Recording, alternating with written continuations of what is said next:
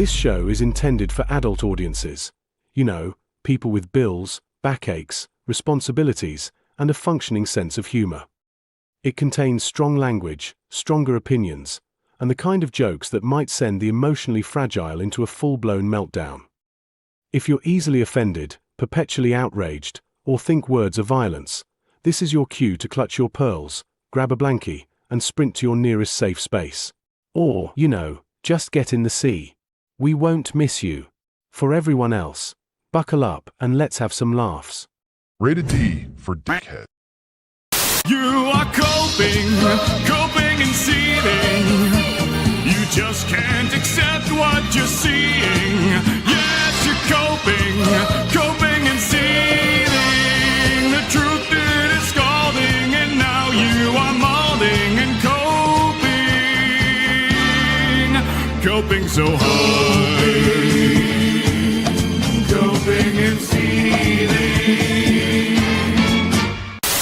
Hello, you dirty little boys. Are you interested in my body? I'm gonna come. Nice tits. A real set of badonkers. Packing some Doban hunkeros, Baghanaga hooks, humongous hungalonga no no logongas.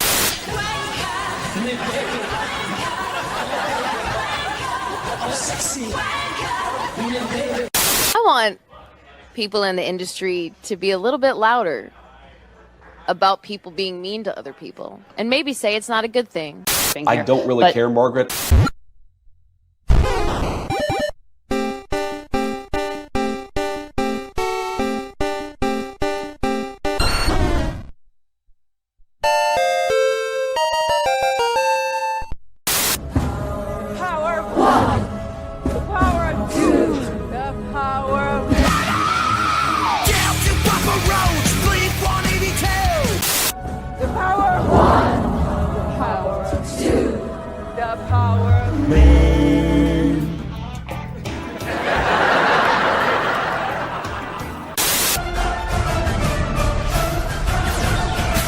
Hello.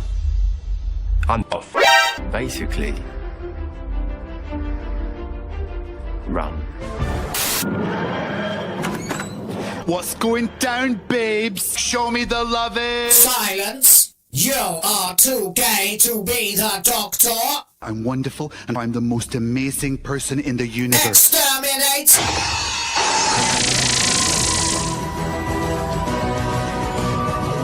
Go have a coffee with your marketing team and just terrify them. With the possibility of what's going to happen if they don't give you what you want. But hey, that's just a theory. A theory. Demonic presence at unsafe levels.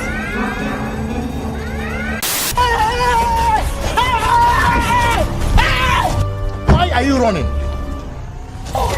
Let's take some dope. I am like, I have had hallucinations on weed before. If I get that high. Them babies, Alyssa. Disabilities. I wanted to finish Elden Ring, goddammit. He's a piece of shit. They don't know what the fuck they're doing. They don't know what the fuck they're doing. The reason why DEI was put in place in the first place is incredibly disingenuous racism and sexism, people being discriminated against. This was put in place to try and Disillusion young dudes. White men or straight people. Someone's getting a job over them that doesn't deserve it. People are missing out on jobs that deserve it more than a person who's getting it because they're a woman or because they're black. These people are making a lot of money, print money, cash, money, well, capitalism. Raise a bunch of money, more money, heaps and heaps of. I'm afraid I've got some bad news. Bad news.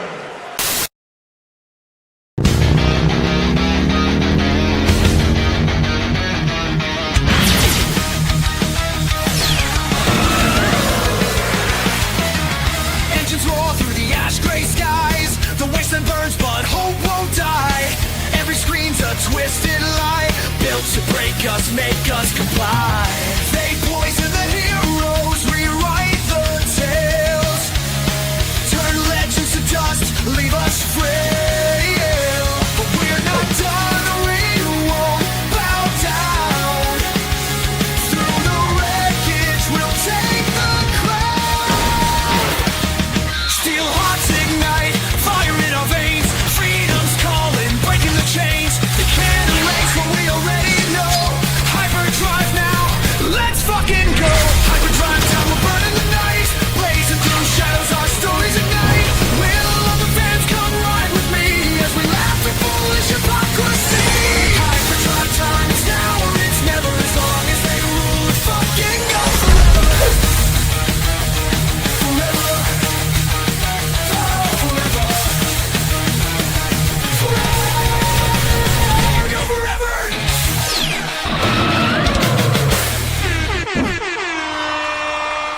Yeah!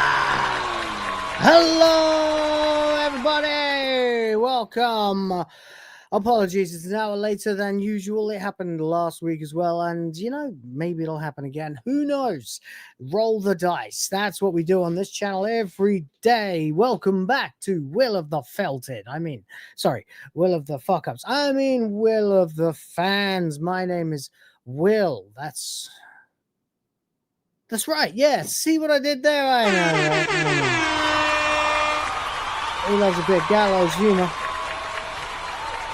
Gotta love it. Ugh, got to love it. My brain is barely functional at the moment because I have not had anywhere near enough sleep. So who knows what's going to happen? I don't know, but you will find out because, of course, it is HyperDrive time. It is live, and that means anything can happen, baby. So straight out of hell, welcome back to Will of the Fans. My name's Will. See what I did there? And it's drive time somewhere, which means it's HyperDrive time everywhere. So, ladies, gentlemen, and nothing in between, welcome once again to another voyage of discovery, racing through the wastes of the internet to the further reaches of your sanity on a never-ending quest to rid the universe of absolute bollocks. You sure about that? Yes, quite sure. Thank you. Oh, well, anyway. Shut up. Anyway, before we set off, please ensure that you keep your brains inside the vehicle at all times with your eyeballs firmly screwed to the screen. Now, let's see who's already here. There are some messages. First of all, we had some weird stuff that came in earlier on from this account. Don't know who it is. Speaking, I don't know, looks like might be Tagalog. Don't know, maybe they picked me up because I'm in the Philippines or something. I don't know. Who cares? Whoever it was so long ago, it was a lifetime away. Jose Picasso is here with the DEI tag. Thank you. Swedish Christian says, yes, I'm not late. Hello. No, you're not. I am. But, then, hey, that's life. Sometimes when you have kids and babies and life, bleh, you guys don't give a shit. Anyway, he says, so is it true? Is Disney bankrupt? Well, let's just say they're getting a little nervous, Derek Smith says, fairly certain it has been for a while. Oh, Disney? Well, morally, certainly. The thing is that Disney is very much like Nintendo in a lot of ways. And the principle of those ways is they don't give a shit about their audience. Oh, wait, what was I talking about? Money, right, yes. They have a war chest. They've had a war chest for a very, very, very long time. They don't necessarily have as big a war chest as Nintendo. To be honest, it's pure speculation. All I know is they can't keep losing $1 billion a year for much longer. So there's that.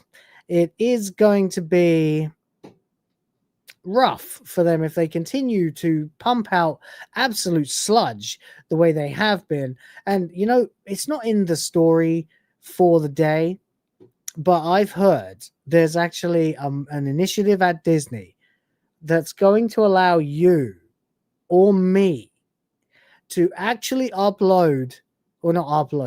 use AI to generate our own content on Disney Plus. That's right.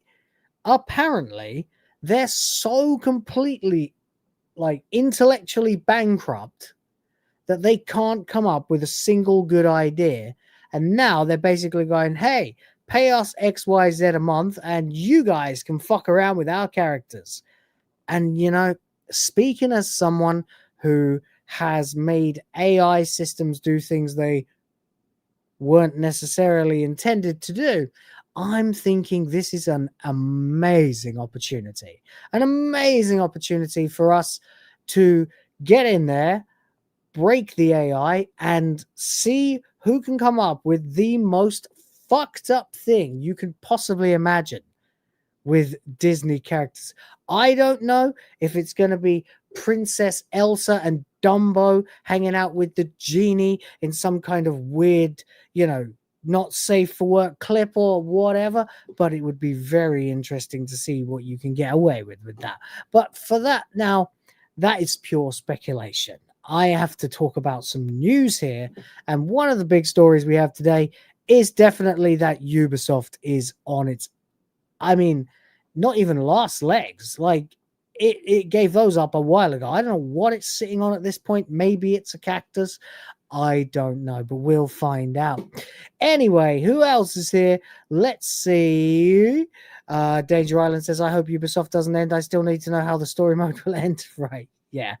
Well, pay another $20 a month to find out that, obviously. Groofus says, I do not trust myself with buttons right now. Well, make sure that if you are touching any buttons, the first one you touch should be this one. Like the streak.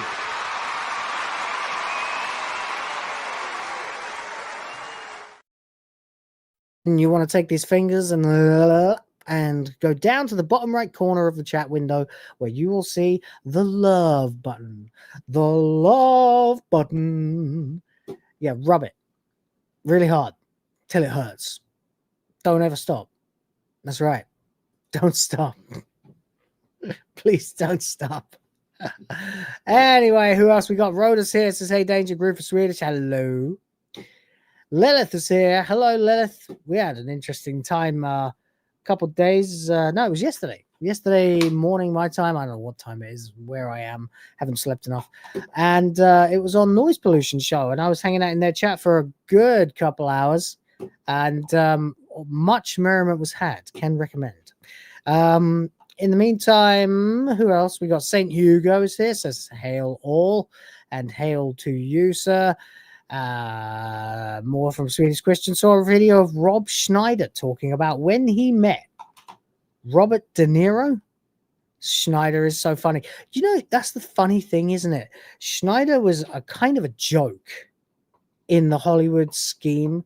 Like, I remember we all watched Adam Sandler movies, and then there was like the Rob Schneider movies. People were like, these are not as good as Adam Sandler movies. But then, you know, they've aged. A lot of them have aged better, actually. And Rob Schneider, as a comedian, has got much, much better and better and better. And I also think it's just really funny, the idea of Cedric, the butler from Home Alone 2, being a Trump supporter. I just find that slightly interesting. Or Deuce Bigelow, of course. Or the you can do it guy, you know. All these classic Rob Schneider characters. I say classic. And they're not really even characters. I certainly think that the guy from Big Daddy, you know, this is bullshit, the delivery guy. There's no way that guy's a Trump supporter. He's obviously an illegal immigrant. Although, to be fair, he has been in America since 1998. So by now, he's probably been around long enough to become a Trump supporter. That's probably right. Anyway, who else we got? Sardok is here. Says, dying in peace after Jim. Semi-lurking. Well, semi is better than nothing, I guess. I don't know. You would have to ask a leftist's wife. Groofus says, bollocks, bollocks, bollocks, bollocks, bollocks. Quite right. Danger Island says, I think Disney collabed with the Jonas Brothers to make money. Disney owned the Jonas Brothers like 20 years ago. They were Disney-produced pop music with like promise rings, like, you know, not a wedding ring. Basically, we're gonna be virgins forever, and then they realized that would make you the least cool people on the planet, so they got as far away from that as they possibly could. Who else is here? Oh, we got a super chat already. Wow, wait, look at that, some actual support. My God, look at that, guys. I think we're in business here. Sardok Spamfish for £5 of legitimate currency. Every single person of, you know, that's intelligent, hardworking, ambitious, had dreams and goals, has abandoned England in the last 200 years. Says, what is this Tomb Raider dev you wrote in the title? Core design was shut down years ago. Quite right, too. And what a fucking pity that is. No, I'm talking about Crystal Dynamics. And you know, the funny thing about them is I used to like them a lot. In the 90s and the 2000s, I thought they were freaking awesome. And then they went and picked up Tomb Raider, and then they went and shoved their heads all up their own assholes, and now they're woke as freaking fook. And the only crystal left about them is the prism through which you can shine a rainbow. A big old gay DEI rainbow, baby. That's all that's left of that fucking crystal. I'm gonna be totally honest with you. This is sounding really gay. No, that is a good point, actually. Of course, Core Design were the original creators of Tomb Raider with Eidos Publishing, or Eidos. I don't know, never knew how you pronounce that. But, yeah, no, Crystal Dynamics are in the find out phase. Let's just say we've got some big ones today. We've got Ubisoft, we've got Disney, and we've got Crystal. They're all finding out after years spent fucking around. So we're going to have a lot of fun laughing at them. Saint Hugh, by the way, thank you for the £5. Appreciate you for that. I really do. I really do. What can I say? It's been a rough month, man. It's slim pickings around here. I'm in big trouble. Saint Hugo has gifted 1 Will of the Fans membership. That's 1 for the princesses, 1 for the Griff Force, baby. You get it. Thank you. Let's go, Griff Force! Doing it for the princesses!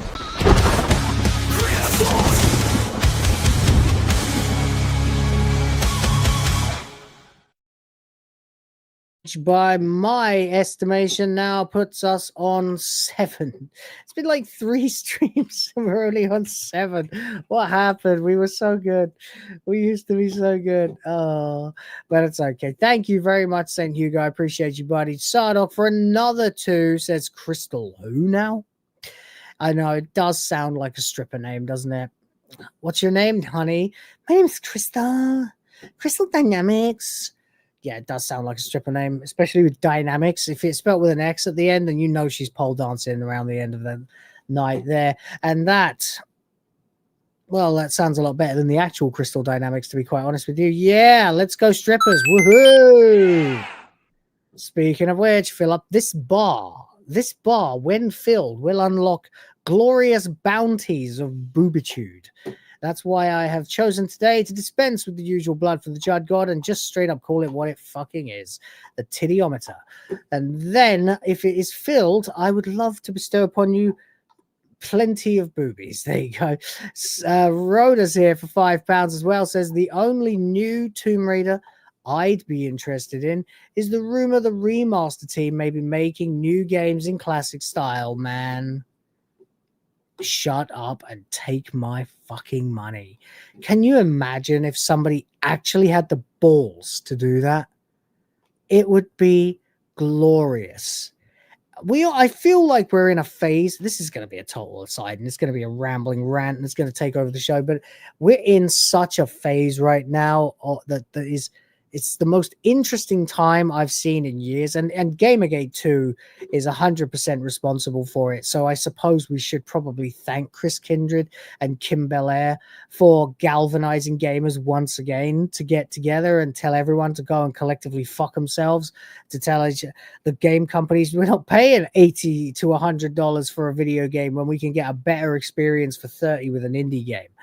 And then you had things like Expedition 33 that came out this year. Games like Schedule 1, these minimalist kind of games, like not like Expedition 33. Expedition 33 was a glorious, fully fledged evolution of the Final Fantasy formula that Square never took. While Square is hemorrhaging money and worrying about their future, Sandfall Interactive and Kepler have made buckets and buckets of cash on a relatively, no, not a relatively, an actually tiny budget for a video game these days.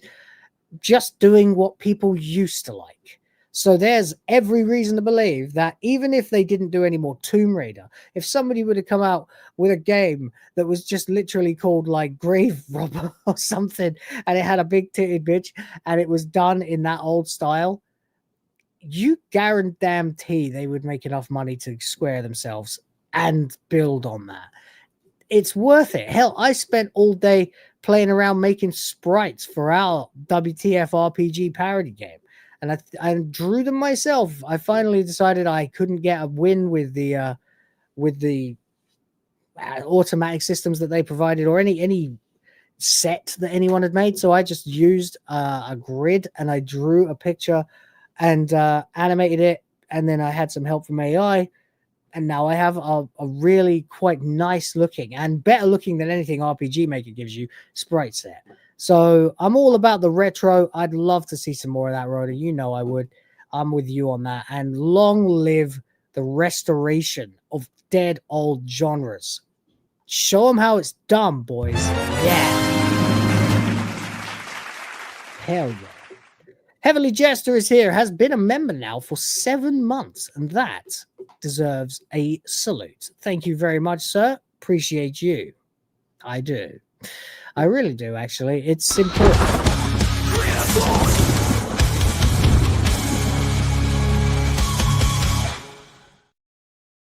Is here giving us a 10. That's a 10, ladies. 10. Drop it.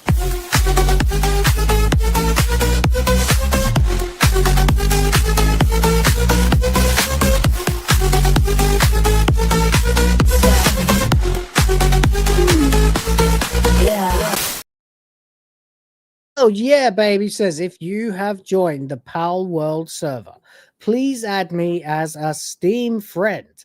My code is 11477-407. Server is 172.240.18.151, port 26935, password OU812. Yes, I didn't even realize that until he spelled it out for me. Yeah, it's easy to remember. Oh, you at 12? See? Very, very easy to remember. Actually, I logged in there a few days ago and had a good old time. Lost about 3 hours of my life and then realized I needed to square a few things project-wise before I could really dedicate more time to it. I'd love to get back in there. It's been in my brain for weeks now, just thinking, oh, I want to play Pal World, but, you know, I have to tidy up my life first a little bit, and I'll be back there probably by the middle of next week. Actually, it's probably a fair bet. So come and join us over there. There is a closed, dedicated multiplayer server. You can come and play with all of us, and that's all there is to say about that. If that doesn't sound good, you must be demented. So yeah, there we go. Thank you very much, James. I appreciate you. And just like that, look at that. Look at that. Now this is tasty. Look at that. The bar is a quarter full already. Amazing. You guys rock. Heavenly Jester for $2 says, gonna play Where Winds Meet. It's a free-to-play game, I suppose.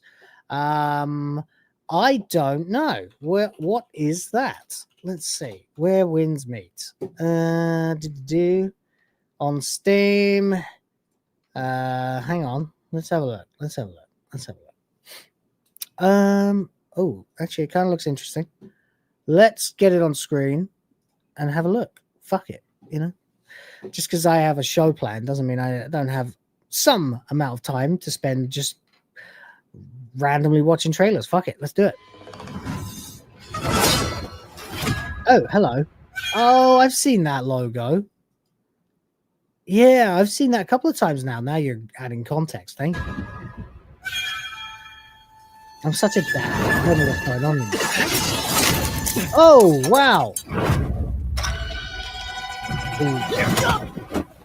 All right. I don't. Do you know the road up ahead? This is where I'm going to get copyright claimed again, aren't I? Just like Nintendo, those bastards with the Mario trailer. Who are you? What the hell is that thing? Is it magnetic? Has he got the force? Same as you, a wanderer. Ronin, meeting old friend.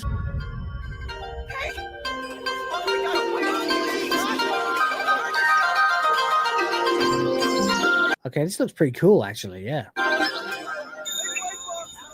A guest in dreams.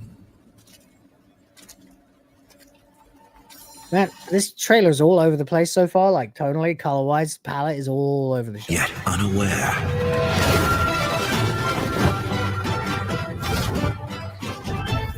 This time, I'll be the villain.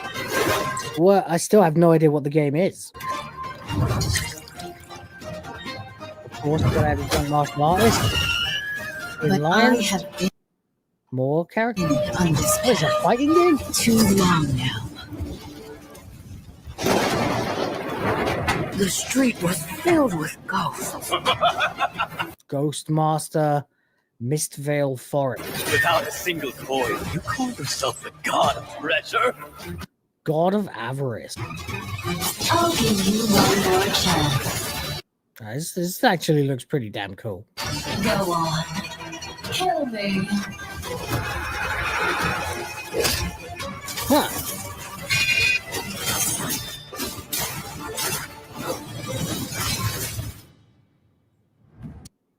I don't know what this game is. It looks pretty cool. Hold up. I'll tell you what, Ubisoft could learn a thing or two about how to actually do different cultures. Because this looks like authentically Japanese. What'll happen to the others? Mere Anne. Such an unseemly struggle. I still don't know what genre this is. You've got a sword, right? So why couldn't you save her? Okay.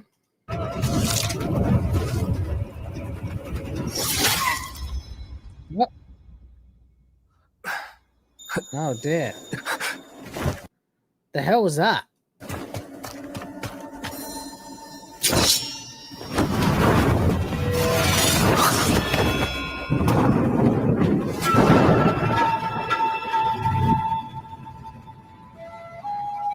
I have no idea what I'm watching anymore.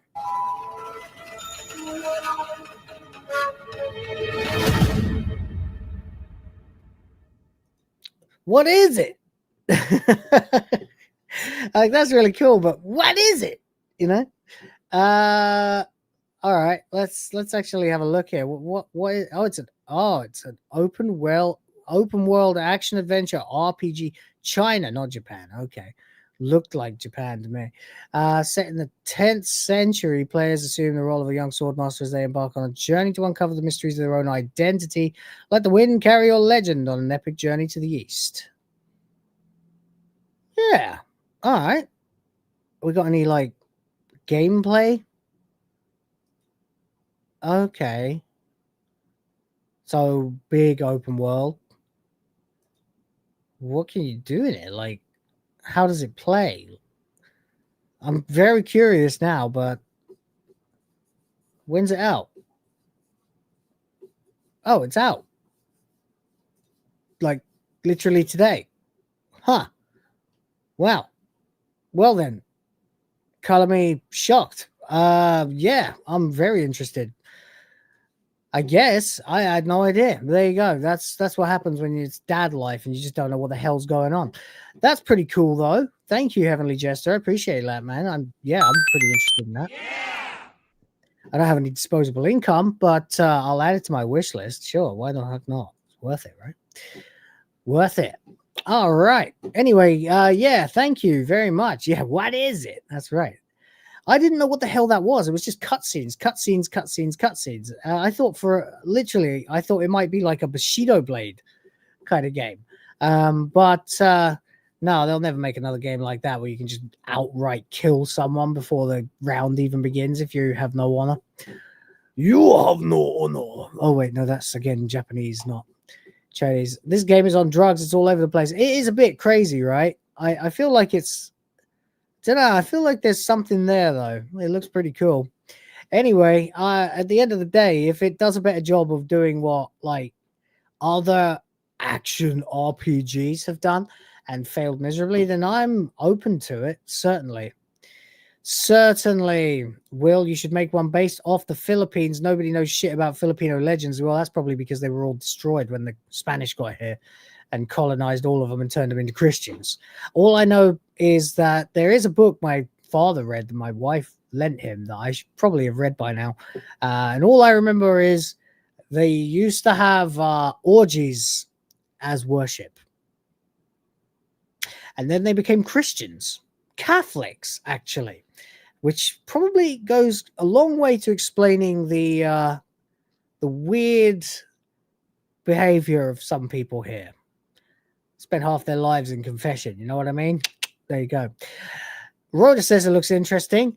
James Ob says it's free. Oh, well, you see, I am blindsided by this. I spent all day focusing on other things, so I had no bloody idea. Then in that case, yeah, fucking all right. Let's get into it. I'll have a look. Certainly.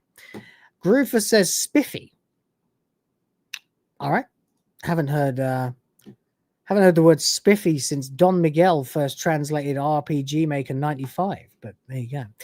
And Rhoda said, I said a bang, a bang, a bangity bang. I said a bang, bang, bangity bang, a bang, bang, bang. Anyway, there we go, guys. Thank you very much. Is that all for the donos right now? I will move on then. I didn't even finish the bloody intro. So you know the drill. It's HyperDrive time. We are going to read some news. We're going to laugh at some dicks. We're going to, just have a good old time and hang out for the next couple of hours. If you're liking the stream, please like the stream. It helps to pick up more lost souls along the way. And of course, don't forget that your in-flight entertainment can be unlocked by hitting the join button. Join the Griff Force today. It helps me. It helps you. You get the emojis. You get all kinds of other silly perks. And you get your names in the descriptions if you go high enough. And of course, if you have any questions, comments, other than the ones I've already read out, and you want me to talk to you, you know what to do. Hit the dollar button and tip your driver. Thank you very much. I do appreciate the support.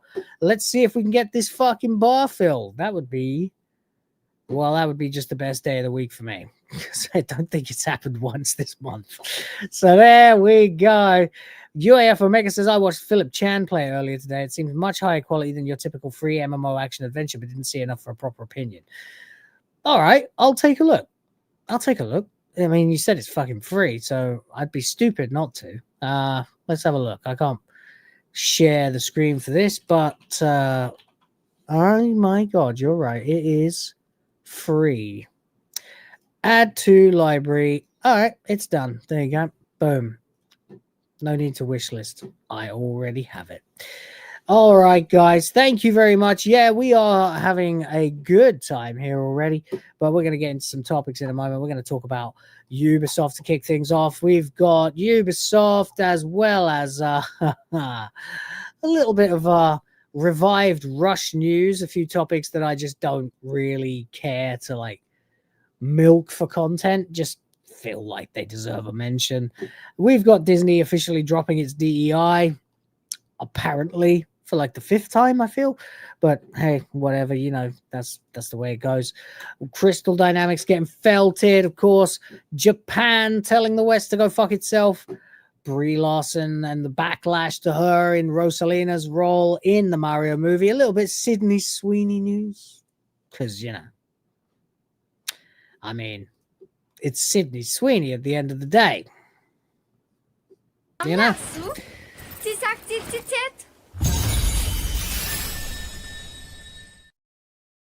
Yes, we do. And of course, a bit on the Steam machine, a little bit on that. So tons to talk about. So we're going to get right into it. So, ladies and gentlemen, thank you very much for the support so far. I appreciate it very much. Please keep it coming. Blue bar gets filled. It turns into a Jackbox stream. Has been a while. And the titiometer. If I have to explain that any further, then, well, you really haven't been paying attention. So, all right, let's talk a little bit about Ubisoft. Ubisoft has had one of the most disastrous years I've ever seen in gaming. I mean, they are up there now with Atari in terms of self-owning, bad decision-making, shovelware generation. The comparisons are virtually endless. They started the year on the back foot already. If you don't remember, last year they released both Skull and Bones and Star Wars Outlaws, which were complete flops, despite having quadruple A budgets. They then followed up with one mistake after another with Assassin's Creed Shadows, whether it was insulting the culture of Japan, stealing intellectual property, insulting the audiences, trying to change history, to pretend that there was a black samurai when there never was, all that good stuff, And they ended up backpedaling to the point where the game didn't even come out until March of this year, and actually releasing Assassin's Creed Shadows is probably the worst thing they could ever have done for that game, because the second it was out, everybody stopped talking about it. And it was literally a do or die situation, a make or break situation for Ubisoft at that point. If they didn't make money on Assassin's Creed Shadows, they were going to have to sell out to Tencent. Yeah.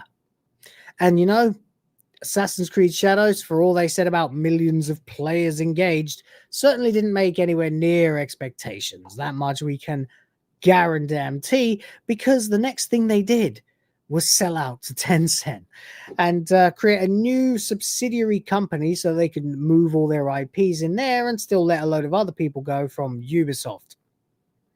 Corporate bullcrap. You know how it goes.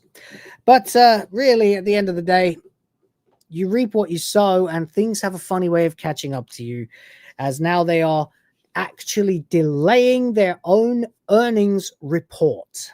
That's right. They are not telling their investors how bad it is. That sounds like a guy who's hiding bills in a secret drawer in his house so his missus doesn't find out how badly in debt he is, and ultimately just ends up bankrupted. So suffer, Ubisoft. All right, we are over here at Geeks and Gamers, which is now a news site, and I'm very grateful for that. For this one, Ubisoft delays half-year earnings report and freezes trading at the last minute. Yikes. Raising questions about the publisher's future. Well, they probably should have gone private a while ago, but they didn't. No, they did not. And, well, you know, it really doesn't matter what I think, what you think, what they think. You can't keep the devil from the door for that long. You know, you just can't. Anyway, let's get into it. Marvin Montanaro wrote this. French video game giant Ubisoft has suddenly delayed its scheduled half-year earnings report and requested a full suspension of trading for its shares and bonds on Euronext, a move that immediately raised eyebrows across the industry. The company says the postponed Ubisoft earnings release will arrive in the coming days, but offered no additional explanation. This is terrible. How often do you hear a story like this of a company just suddenly going, nah, no trading, no earnings call. We need to stop for a second and think. And if, you know, being partnered with Tencent and giving them, what was it, like 75% ownership or something of them? I don't know if that's true, or maybe it was just 25%, but it's significant enough, you know?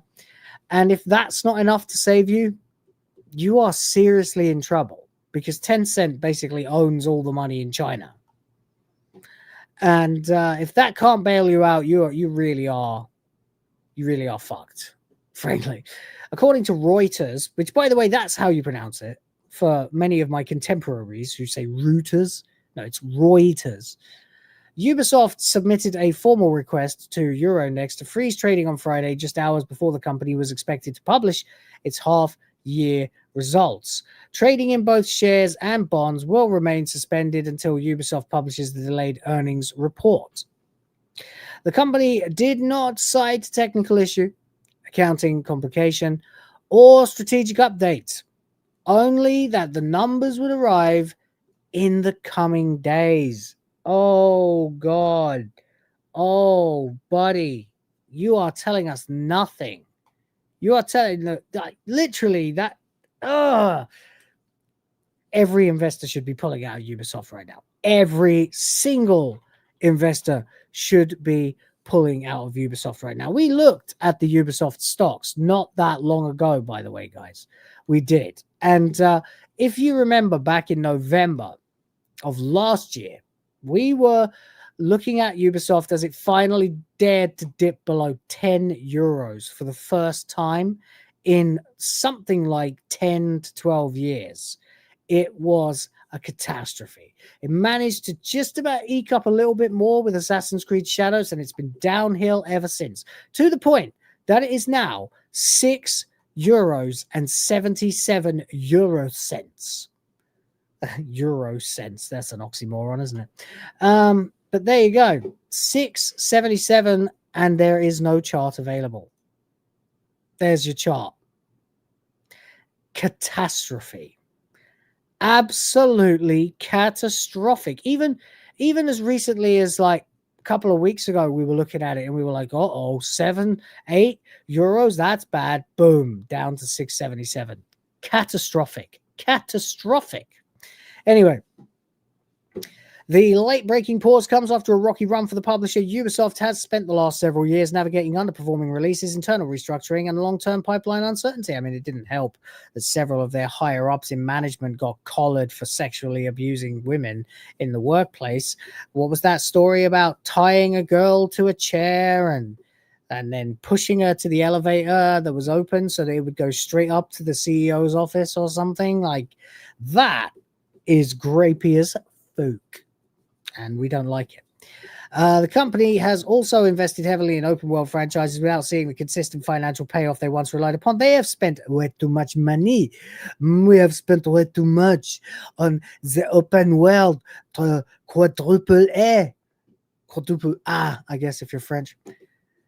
They just blow money on pointless tat that doesn't actually give us any kind of unique gaming experience because it's all homogenized sludge. Hell, what was the difference between Star Wars Outlaws and Assassin's Creed Shadows? One was set in space. Basically, that's it.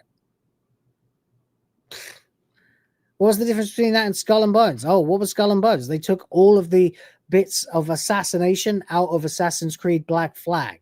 They took all of that cool stuff that you could, sail the seas, jump off, assassinate someone, get on your ship and sail away, invade another ship. They got rid of all that stuff and just had you be a pirate. Cool. And not even a cool pirate. Not even like a Luffy pirate. Just yar pirate. No one cared. Didn't work out. It didn't work out. And yes, they didn't pull out in time. And I know something about that.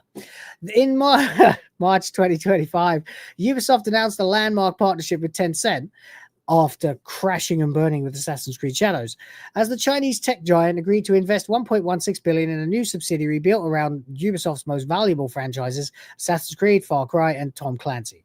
The subsidiary is valued at approximately 4 billion euros and will house the development teams for those brands while focusing on building evergreen, multi-platform game ecosystems. Oh, wow, that is some fucking gobbledygook, isn't it? We are going to make evergreen, multi-platform game ecosystems. Shut the fuck up. Make games, you pricks. Anyway, it got worse. They turned out that they had a reason for this. The CFO came out and told employees, which definitely should not have an apostrophe there, insider gaming, that the trading halt of stock was to limit unnecessary speculation. But I thought you had to speculate to accumulate. Oh, well, whatever. Ubisoft's chief financial officer, Frederick Duguay. Wow, that is a very unfortunate name. And by the way, yes, that is how you pronounce it. Has told staff in an internal email that Ubisoft stock has been paused to limit unnecessary speculation and market volatility. During that short delay of reporting its first half earnings, the internal email provided to Insider Gaming reads, "Hello, everyone." I'm not doing it the whole email. I wanted to let you know. I know, right? What an unfortunate name. Duguay. Don't do gay. Unless you have to. I wanted to let you know that we are taking extra time to finalize the closing of the semester. Semester? All right. And as a result, we will publish our first half earnings results in the coming days instead of tonight. Due to legal regulations, we cannot share more information with you at this time. To limit unnecessary speculation and market volatility, during this short delay, we have asked Euronext to suspend the trading of our stock until the results are announced. They are scrambling. There is no other way around it. We are scrambling. We don't know what we're doing. We don't know what the fuck we're doing. We know this is likely to raise questions. Yeah, I have a few. And drive media coverage. Hello. I encourage you all to listen to the conference call, which will be available via the investor section of our site just after the results are released so that you have a more detailed view of our earnings. Yeah. Anyway, that was from Fred Wilmot. So that is some sketchy crap. That is some sketchy crap. And, you know, it just doesn't get much better, really, than this, because we've been saying get woke, go broke for years and years and years now. And now we are literally demonstrably witnessing the fall of an industry that 100% deserves it, by the way. They have spent so much money and so much time on absolutely forgetting everything that put them on the map in the first place. And I'm not just talking about Ubisoft here, but they are just the most greedy, hyper spending idiots. It's not like Activision and EA, and you always just got this kind of idea with Ubisoft that they had no idea what they were really doing. Every time Aisha Tyler would come out onto stage at E3, you'd be like, yeah, okay, nice to see you again. Now, what are you going to tell us about? Just Dance. Okay. The Division. Okay. Tom Clancy. Okay. Have you done anything to make them new? Have you done anything to evolve your IPs? Of course not. That's just not in the Ubisoft MO. It's ridiculous. Anyway, the move is significant for two reasons. First, it provides Ubisoft with much needed capital infusion and gives it flexibility in midweek booking. That is terrible. Much needed capital infusion. Hi, are you a YouTuber as well? I also have a much needed capital infusion. Need a much needed capital infusion. What are you talking about? That sounds like some DSP language right there. It signals a strategic pivot. The company is placing its biggest franchises into a semi-autonomous unit backed by Tencent's game ecosystem expertise rather than running everything centrally. Oh, dude, they are knocking at your gate, buddy. You're fucked. You are felted. It's got to be really embarrassing at this point to be Ubisoft. Anyway, there you go. It looks like this could be the beginning of the end. Maybe the subsidiary will survive, or maybe Tencent will end up owning everything. Maybe Ubisoft will lurch on like some reanimated skeleton, just shuffling around, trying to figure out who it used to be. I have no idea what happens next, and I really am looking forward to the next chapter. But there you go, guys. Ubisoft. Wow. Ubisoft. What have you done? What have you done? Psyduck is here. Says for £5, legitimate currency, they're telling us nothing and everything at the same time. Yes, exactly. That's right. If you can read between the lines, or peer between the lines, maybe, you will see an office on fire in flagrante. And you in flagrante, no, that's sex. Ad infernum. They are absolutely in big trouble. There's no situation that can possibly occur where you say and do the last few things that Ubisoft have said and done that doesn't equate to massive financial turmoil. You are in dire straits.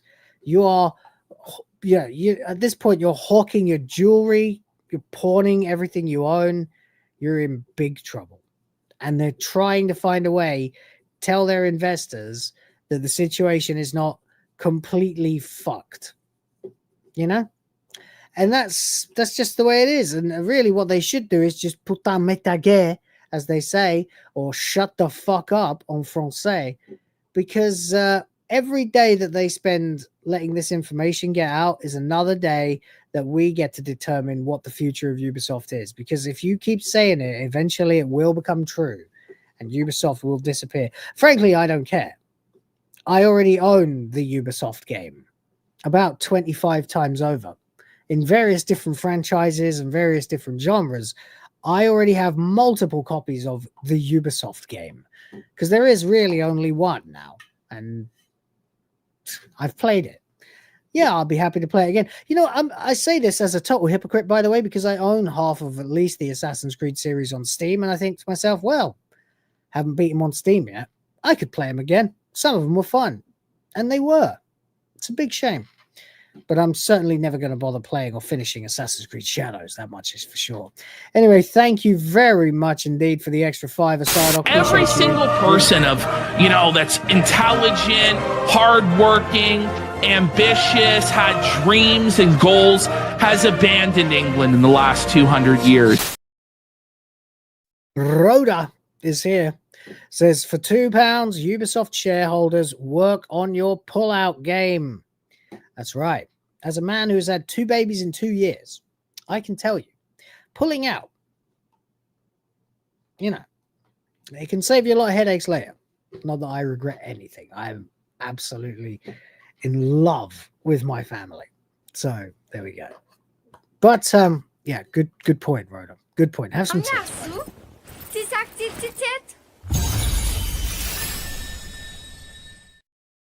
There we go. All right. So, Groofer says, I hate it. Ubisoft made the best Naruto games ever and on a damn budget.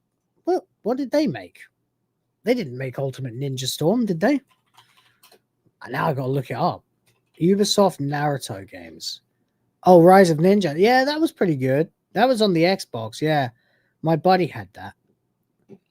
The Broken Bond, was that them too? Really? Huh. Interesting. Well, there you go. Learn something new every day. I never knew that was Ubisoft. Anyway, there we go. Thank you very much, guys. We are at, what, 37? Woo.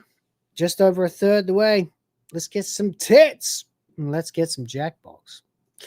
Anyway, share the stream, by the way, guys. I forgot to tell you to do that. Please share the stream.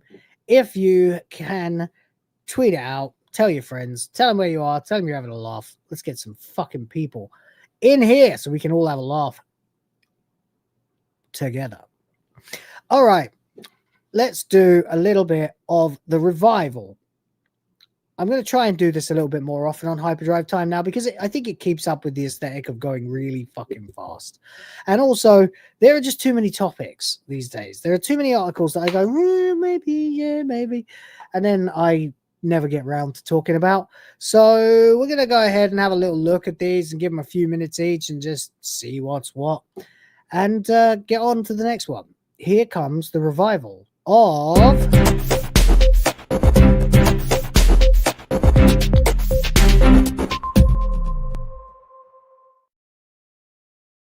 That's right. That's right. I have invoked the unholiest of unholy curses on the stream now. I have invoked Rush News. And that means that now I'm going to have to be really, really fast, which is not going to work out very well for me because it never works out. Although when I used to do Rush News, of course, it was on a panel show and we never had time for anything because everybody would get into at least one or two of the topics and the segment would go on for like 45 minutes instead of just being done with. But there we go. We'll see.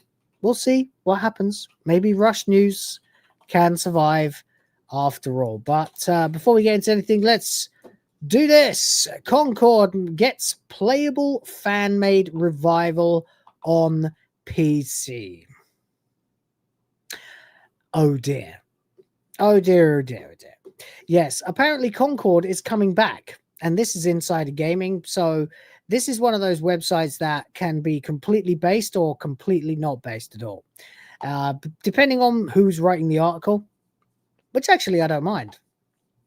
But here we go. There's the appropriate response. Yes, indeed. Definitely the appropriate response. Yeah.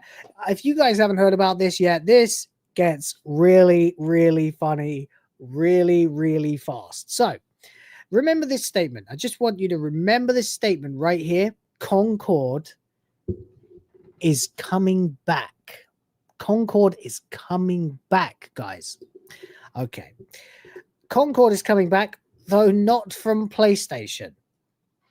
Straight out of the gate, you should be thinking, that doesn't add up. Isn't it a proprietary PlayStation brand that PlayStation sunk, several $100 million into and ultimately got felted when it turned out to be nothing but a bunch of trans rubbish?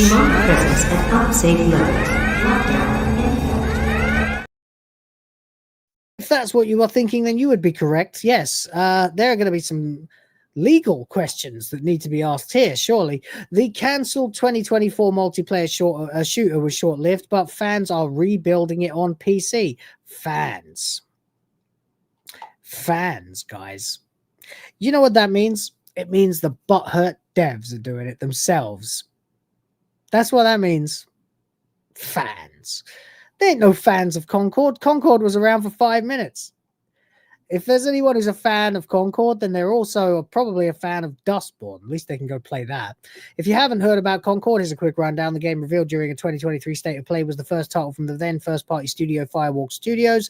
Set in a futuristic world based on space operas like Star Wars, the hero shooter received moderate praise by critics and fans. Yet due to Sony's overwhelming expectations for the game, yes, they wanted it to be the Sony Star Wars.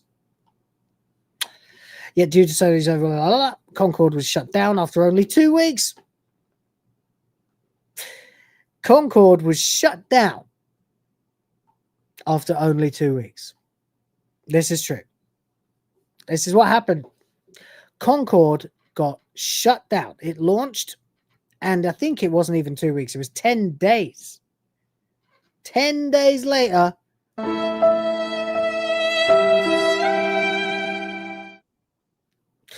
but then that's what you get when you base an entire game around pronouns. What the hell is even that? With Firewalk Studios closing soon after. It really was one of the biggest self-owns the AAA or Quad A space has seen in the longest time. Sony's like, yeah, let's stick I can't remember, it was like $400 or $800 million, something astronomical for them to have spent on a game based on a nothing, literally just a rip-off trans version of Overwatch. It was never going to work. However, it seems fans of the game have been working to restore the game. Fortunately, got it back up and running. Uh-oh! So this was you see, you can tell from my cursor turning into a hand here that this was supposed to be a video that you could watch. Yeah, a video that you could watch that takes you to literally nothing anymore. Posted on YouTube, we can see a video. Are you sure about that? Are you sure about that? We can't see this video, buddy. We can't see it. Here comes with actual working gameplay of Concord on PC. That's right, ladies and gentlemen. We can see a video with actual working gameplay of Concord on PC.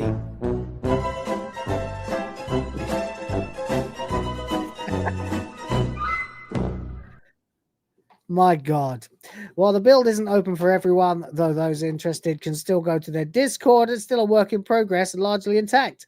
By the way, this video is no longer available due to a copyright claim by Mark Scan Enforcement. Now, if you don't know who Mark Scan Enforcement are, I can tell you, because I did the research earlier on, it took about 10 seconds. This is a company employed by Sony, because of course it is, to deal with their legal disputes over copyright. So I think there is a cease and desist letter being sent round about now. So once again, not only did Concord fail Sony, but now Sony is having to kill Concord.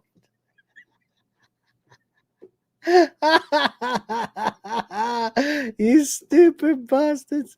What the fuck, man? This is like, there's nothing like this. You can't make this up, you know? This is so delicious. I don't even know what to say. It's too funny.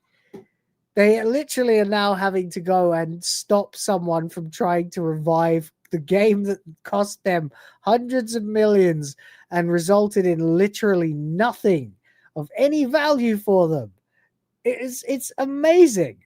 It's incredible, actually, that this has happened. And I think it's fucking hilarious. Because now, you know, whether it was actually fans or if it's the felted devs themselves trying to revive Concord, at the end of the day, you get wrecked, buddy. That's it. You get wrecked. That's what you get. You get everything you bloody deserve. Rufus Grimm is laughing. Rhoda's laughing. 6 trumpets in the chat. Smack Fireworks should do a book tour. 10 days. Oh, shit. Like Kamala. Brilliant. Love it. It had a shorter lifespan than the Housefly. True story. That's true. The game that had a shorter lifespan than a Housefly. This is what you want, guys. This is what you want. That's right. Let's celebrate. All right, then we got this story here. Oh, God, what is that? My Jesus, God, Christ, nightmare. What the hell is even that? I swear to God, I don't think this is a human being. I really don't think this is a human being.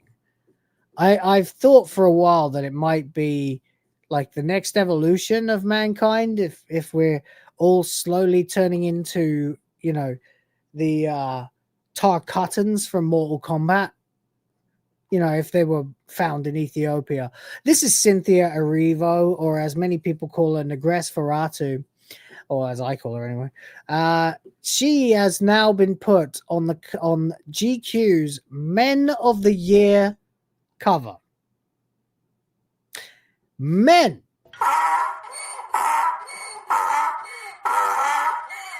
of the Year. Men of the Year. GQ has unveiled its annual Men of the Year issue. Guys, welcome to the internet. This is the purpose of HyperDrive time. We sift through the shit and you guys get a laugh and I grift. And there we go. Let's get some tits. GQ has unveiled its annual Men of the Year issue, and the headline cover star is actress Cynthia Erivo.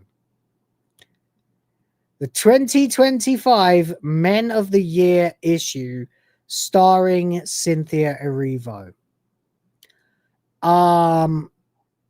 It is weird, isn't it? It's so weird watching woke in the corner like a rat, lashing out, just anything just to keep itself, like, just go to the most extreme things to try, like the death rattle, like the final gasp. Men of the Year. What if I told you I'm not actually a man? Demand presence at unsafe levels. Lockdown. Man alive. This is why men give up. Correct. Welcome to virtual insanity. I know, right? JK from Jamiroquai had a fucking point. And he's not the only JK that has a point. The choice has raised immediate questions across social platforms, with many people openly asking why an actress is featured in a publication celebrating male achievement. Welcome, feminism. You are through the looking glass. You have arrived at the full circle. We had phase 1 feminism, votes for women. We want equal rights. Fair enough. Phase 2, we can do anything a man can do. Yeah, maybe. Phase 3, men are scum. Women are actually better. And phase 4, women are men. And now...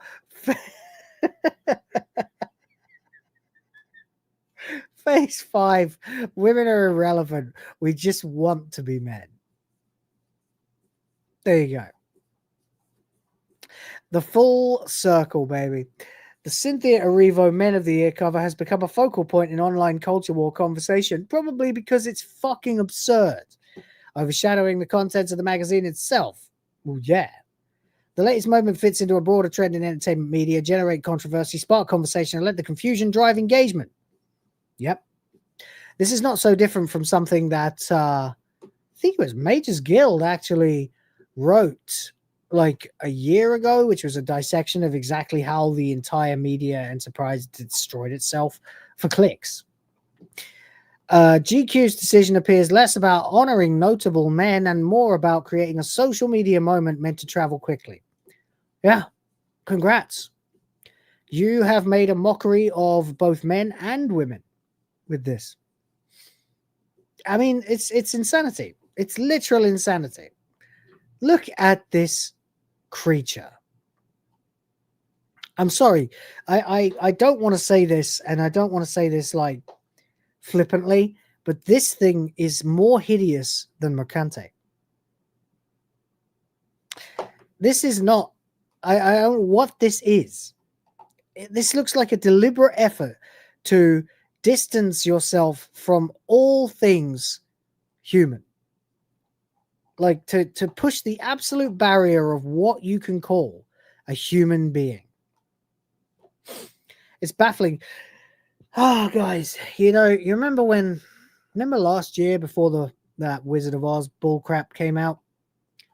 Remember when you had no idea who Cynthia Erivo was? Never heard of her.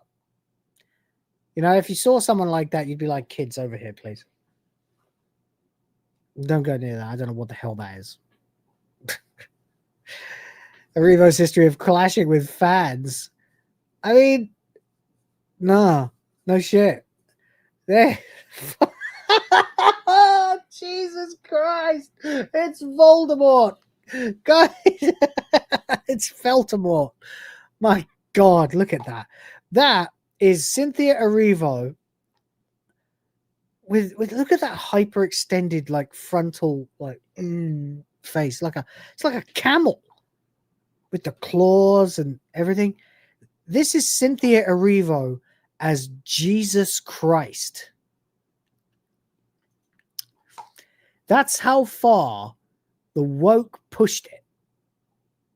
And don't get me wrong, I'm no god botherer myself much. Not really, not unless I'm in serious situations.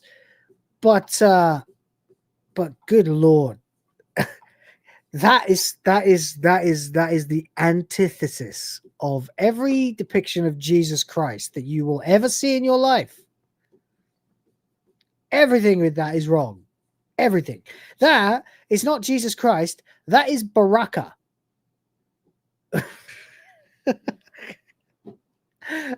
Incredible. Anyway, so there we go. Oh my God, it gets worse. I've never seen that before.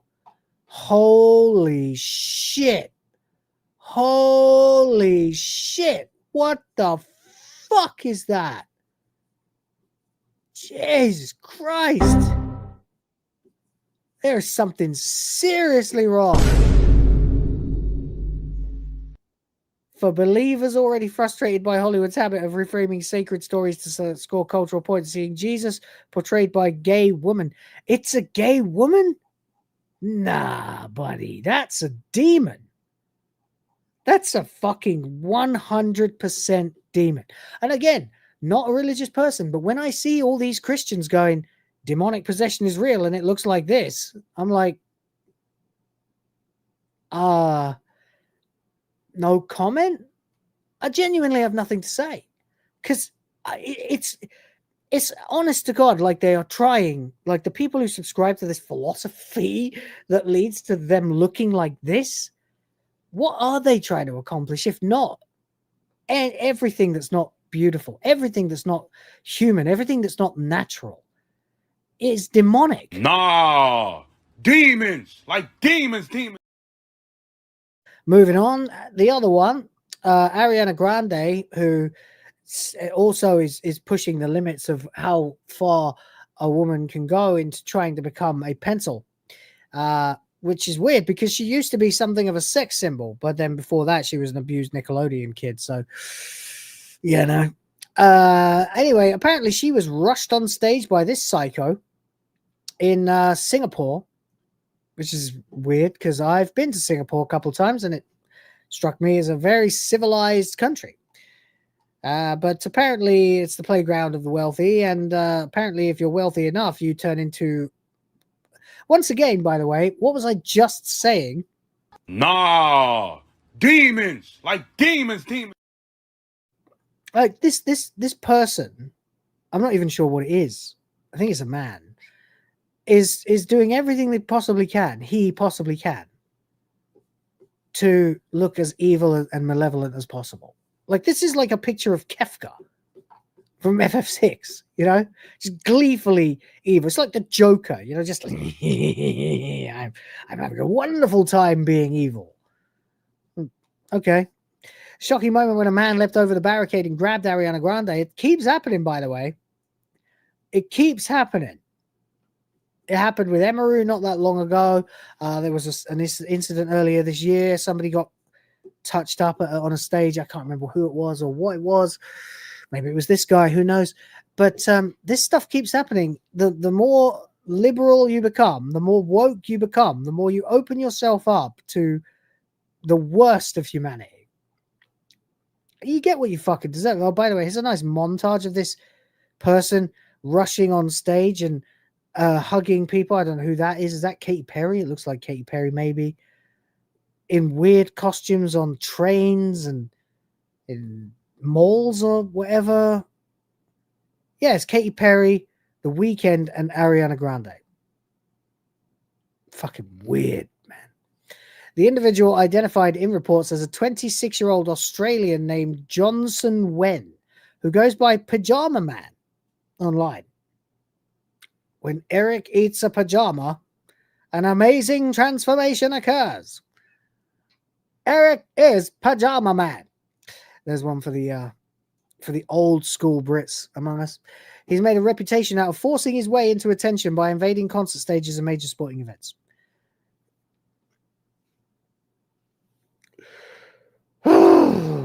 He's made a reputation forcing his way onto stages, trespassing.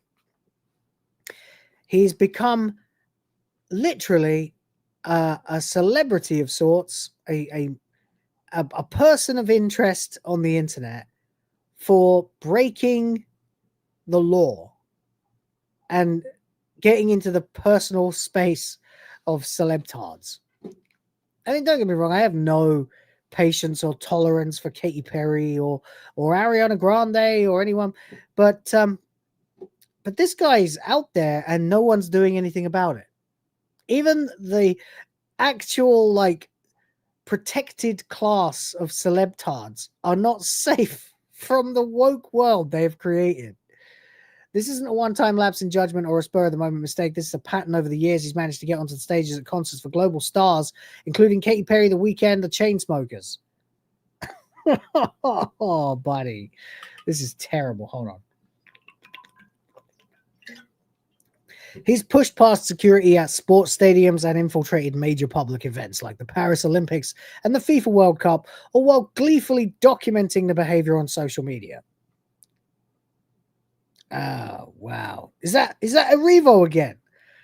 Jesus Christ. Even from the back, that thing is haunting. God damn. Nah, demons, like demons. Johnson Wen rushing Ariana Grande at the Wicked Singapore premiere, courtesy of TikTok, Belle Faye. Fuck it. The coming problem is copycats. Yeah, well, now you've just reported on it, that Park Place. So, yeah, I bet there's going to be some bloody copycats. Red carpets, concerts, and premieres are already under strain. Security teams must balance safety with whatever, you know. Arrest this dick. Arrest him. Arrest his ass. He has been a public menace. I mean, don't get me wrong. Again, couldn't care less about the well-being of these celebrities, especially Ariana Grande or Cynthia Erivo, for the love of God. But it's still really not good at all that this psycho can just go rush the stage, get past security, and get up there and give Katy Perry a cuddle. You know? What happens next? How long until somebody does it with a knife? There you go. Not good at all. Not good at all. Not good at all. Just going to grab a bit more water here, guys. Thank you.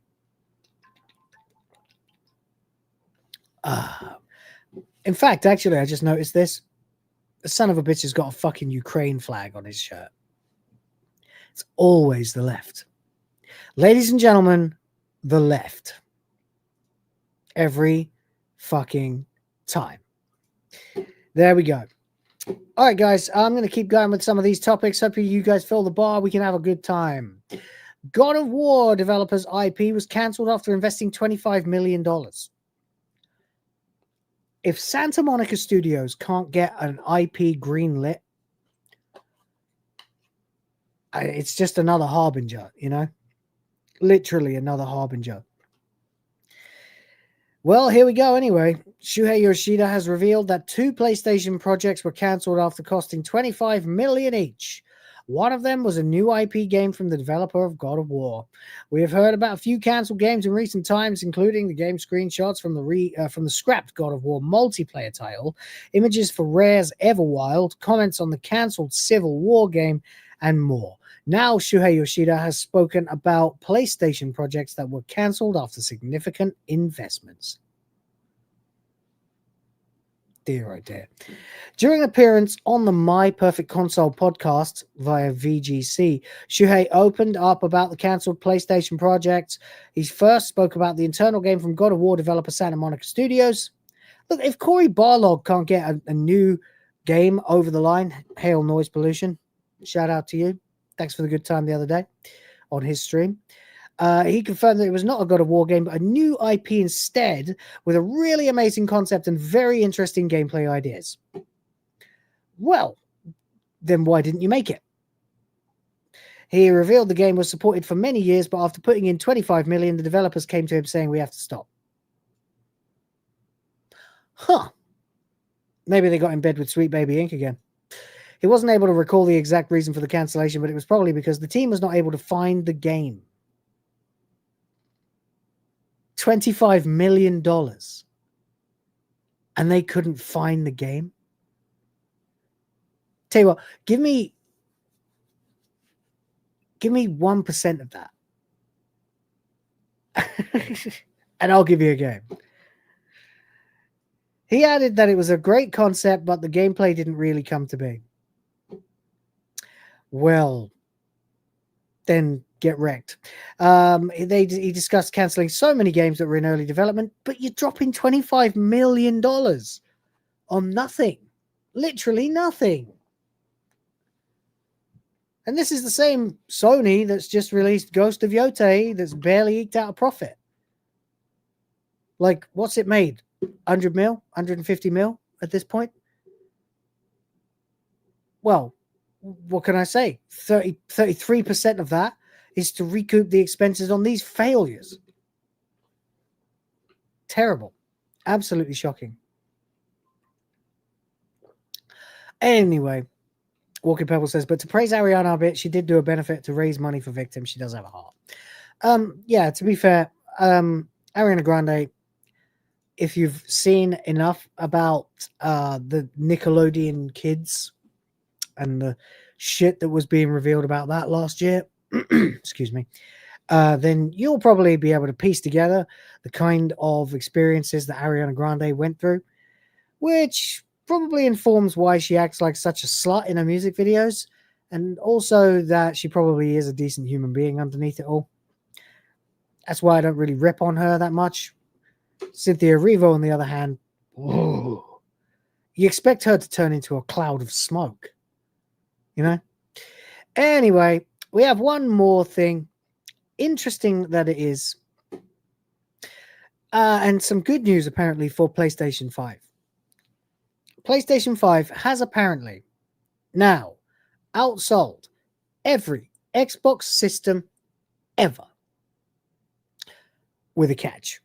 So what is the catch? I don't know. I go into these blind, literally just to react to them for you guys.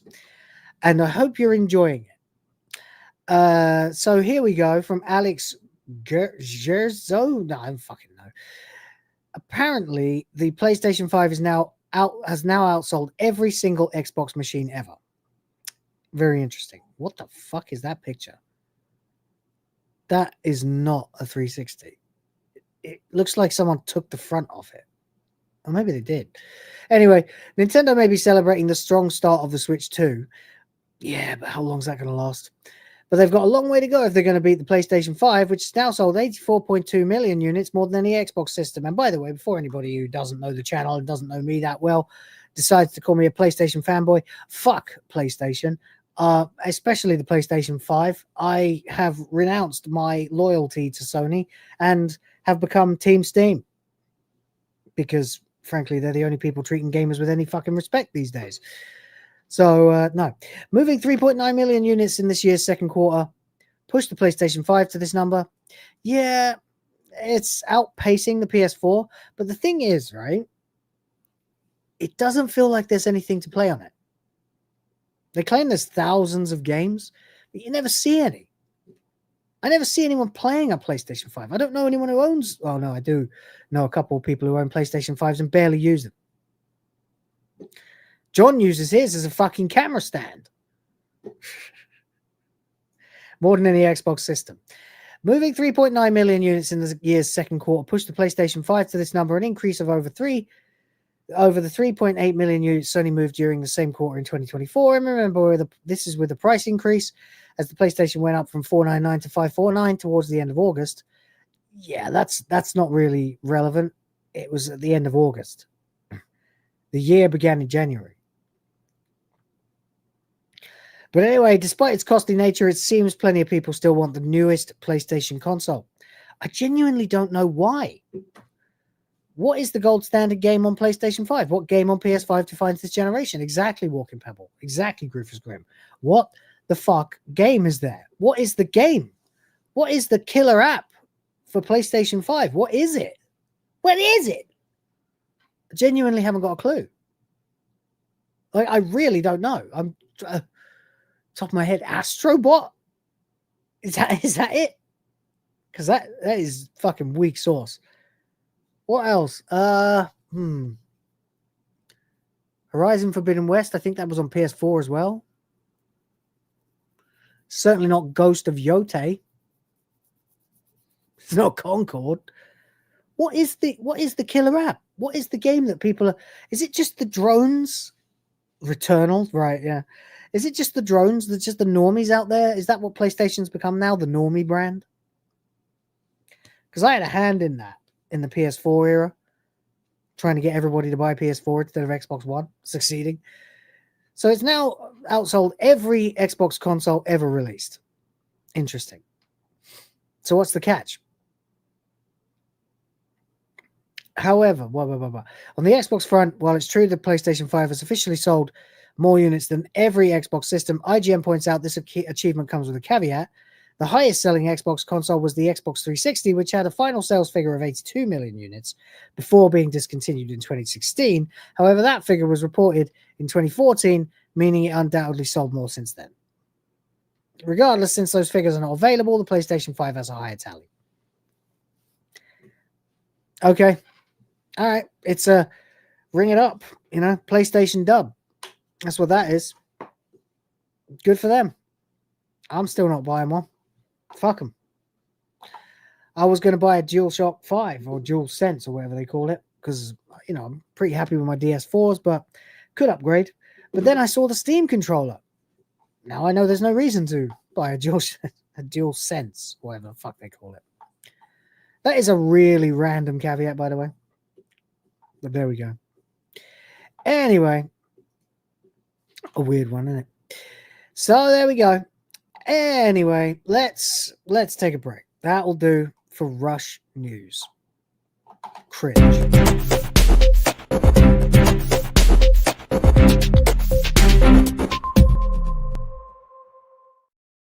Oh, I'm bushed. Going through that many articles that fast takes it out of you, It really does. I need some water. Woof. All right, guys, help me fill up the bars. You want to get some titties? Go right ahead. November's kicking my ass. All right, we're going to go ahead and move into another bigger topic that I can talk about for a little while. And this one pertains to one of my favorite companies. One of my favorite companies for taking the piss out of absolutely has to be Disney. Yeah. I would say Disney is probably my favorite company to mock. Probably more than Square Enix, probably more than Ubisoft. Because no one's really done more damage to people's childhoods, people's memories, and the next generation of children than Disney. No one's destroyed more incredibly high-profile, iconic franchises than Disney. Star Wars, poof, gone. Marvel, on its way out. They couldn't save Doctor Who. They bought Fox. What have they done with it? Nothing, literally. They brought the X-Men characters into the MCU and had one hit, which had nothing to do with Disney or the MCU. Really was only a hit because it was about the Fox universe. The Simpsons? God, don't even start. What have they done? Nothing. Everything that Bob Iger has ever made... Wait, sorry, Bob Iger's never made anything, has he? Everything that Bob Iger's ever bought is in the gutter now. Totally felt it. There is literally nothing to say about Disney in this day and age except womp womp. It's delicious, actually. They deserve it. They got political. They backed the wrong horse. They got felt it. They became the official company of the left in entertainment. Unofficially, of course. And what do they have to show for it? They lose $1 billion a year. Suffer, Disney. All right, Disney officially drops DEI programs and shakes up executive team after disappointing Q4 stock results. Oh dear. Well, this could be worth, stopping the presses for. Officially drops DEI. Well, are you sure about that? Because I really don't know that they'll ever drop DEI.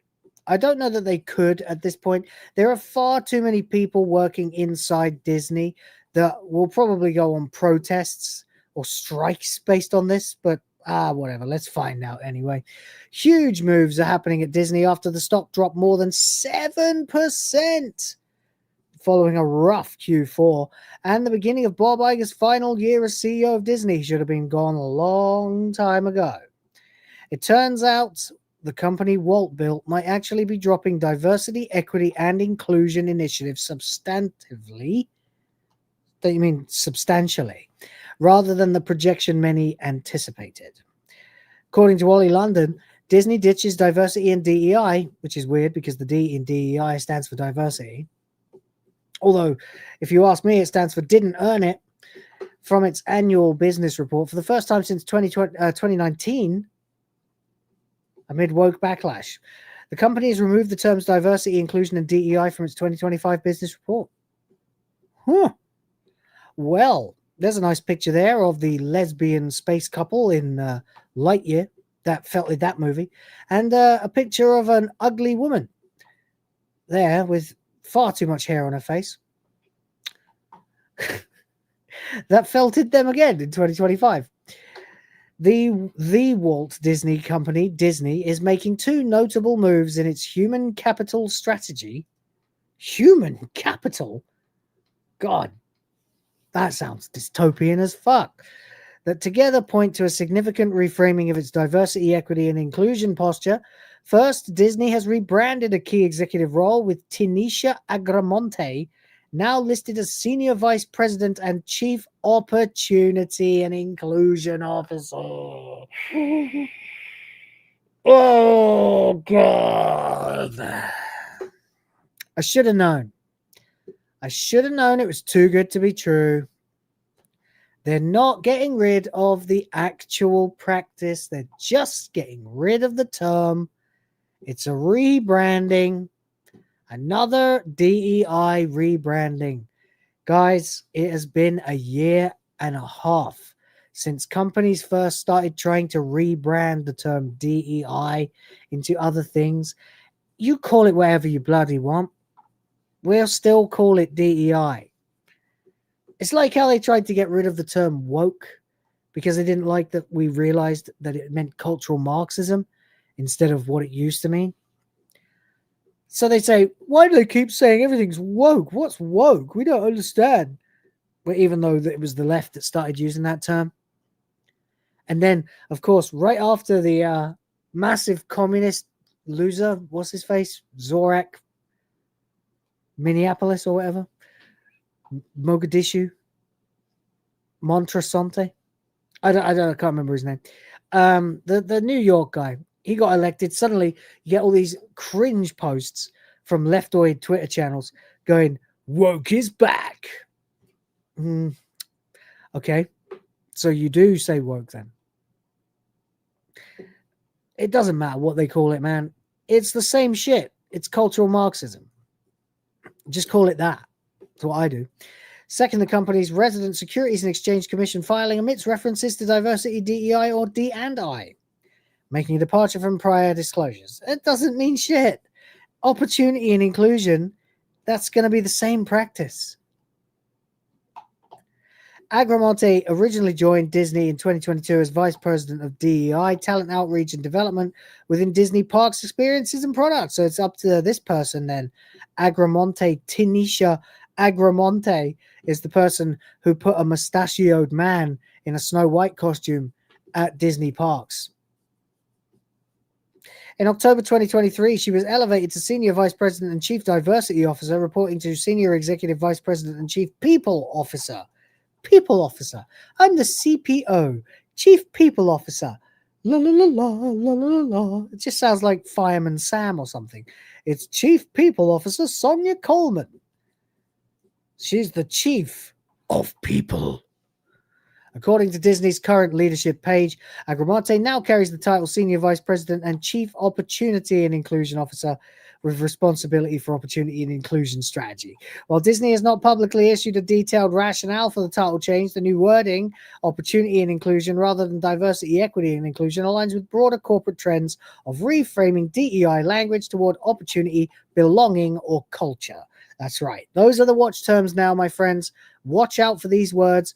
Whenever you see opportunity or belonging, that's the big one, belonging or culture, you are going to be seeing DEI rebranded because it didn't work, buddy. It didn't fucking work. And it's never going to bloody work because it is anti-natural. In all of animal nature, including human nature, the cream rises to the top. In the animal kingdom, the strongest survives and the weak will die. In the human world, we've come up with structures to allow for intellectualism or artistic merit and things like that to allow you to be the best in your particular vein. But only the best will ever be really recognized by the masses as being the best. And if you drag everybody into the middle, then that's all you have. The middle. Congrats. You're average, you're mediocre, you're nondescript. DEI is not nature. DEI is the antithesis of nature. DEI is a fucking paradox machine designed to stop nature from actually being allowed to work so that the weak and the frail and the incompetent can do just as well as the excellent. And it's not going to work. It is going to ruin humanity. Except that, of course, we are all here telling it to jog on. So go ahead. Rebrand it as much as you like, Disney. You're all going to be felted in the end. It doesn't matter what you do. It's just the same old shit. Oh, shit. Here we go again. The move suggests an evolving focus from explicitly naming diversity or equity to emphasizing access, inclusion, and doing so under the broader lens of opportunity.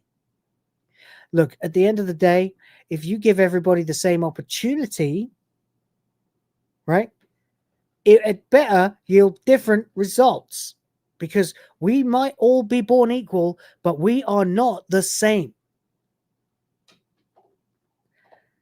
In a separate but related development, the most recent Disney 10K filing omitted any reference to diversity, DEI, or DNI, according to reporting by Fox Business. Isn't that owned by Disney? This marks the first time since 2019 that such terms have been absent. The company also reportedly dropped mention of 2 DEI programs, the Reimagine Tomorrow initiative and the Disney Look. What's that? A mustache and suspenders? Guidance in its latest filing. According to other reporting, Disney took steps earlier in the year to restructure its DEI programs, replacing the distinct diversity and inclusion factor in executive compensation with a broader talent strategy metric. In this context, the omission of DEI language in the filing underscores what analysts describe as a delicate corporate pivot. I don't think it's going to change anything. What's it for? Investor perceptions. Yes. Talent and culture messaging. Yes. It looks like they're making a difference. Political and regulatory context. Yes. Well, we all know what the Trump administration thinks about DEI, don't we? External brand impact. As a global media and entertainment company, Disney's public-facing stance on inclusion may affect its brand perception amongst consumers. Yeah, well, fuck consumers, man. Be a customer. Creative talent and stakeholders who track representation and inclusion in the content and workforce. Oh, God, I hate reading this stuff. For Disney, this reorientation comes at a time of intense pressure to deliver on financial performance. Yeah, you can say that again, buddy. You're losing $1 billion a year. Content monetization and global expansion. By adjusting how it frames inclusion and culture, the company may be seeking to streamline blah, blah. Where's the truth? Are you really not going to say the obvious, that this is just a smokescreen? This is just an attempt to change the narrative whilst doing nothing different. We see through it, Disney. I can see you. We will know within the new year if anything has really changed. And if it hasn't, then congratulations. We'll see you on the scrap heap. And there you go, guys. Thank you very much. Swedish Christian is here for 50 Swedish krona. Says, just from what I've seen, they love the darkness more than the light, but people are more drawn to the light when it's shining on the darkness. Lovely. Very nice words. True. Yeah, absolutely. It is one of those things. People are not drawn to evil, to anti-nature, to perversions and distortions of all that we hold dear. It's starting to sound like that Aragorn speech, isn't it? It really is. By all that you hold dear on this good earth, I bid you stand! Men of the West!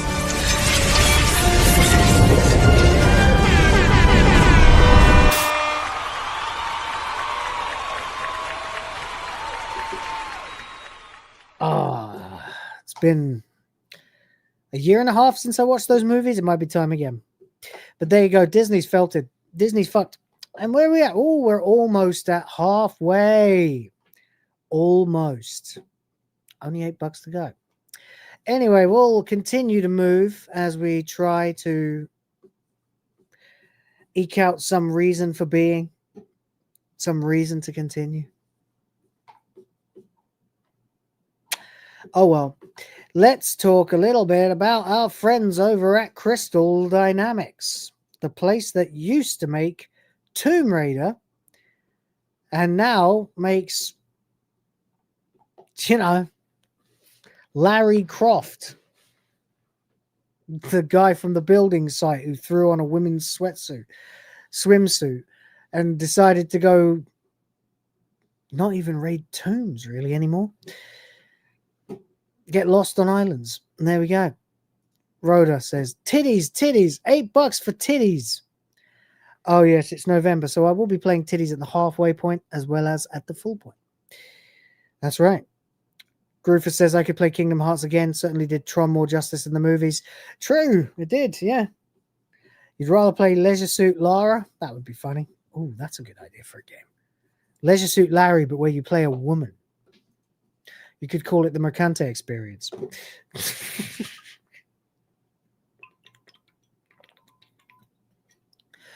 All right. We're at 1 hour 40. We got 20 minutes left. Let's see if we can fill this bar. That would be great. I'm getting absolutely felted this month, actually. It's been rough. Anyway, let's talk about something else.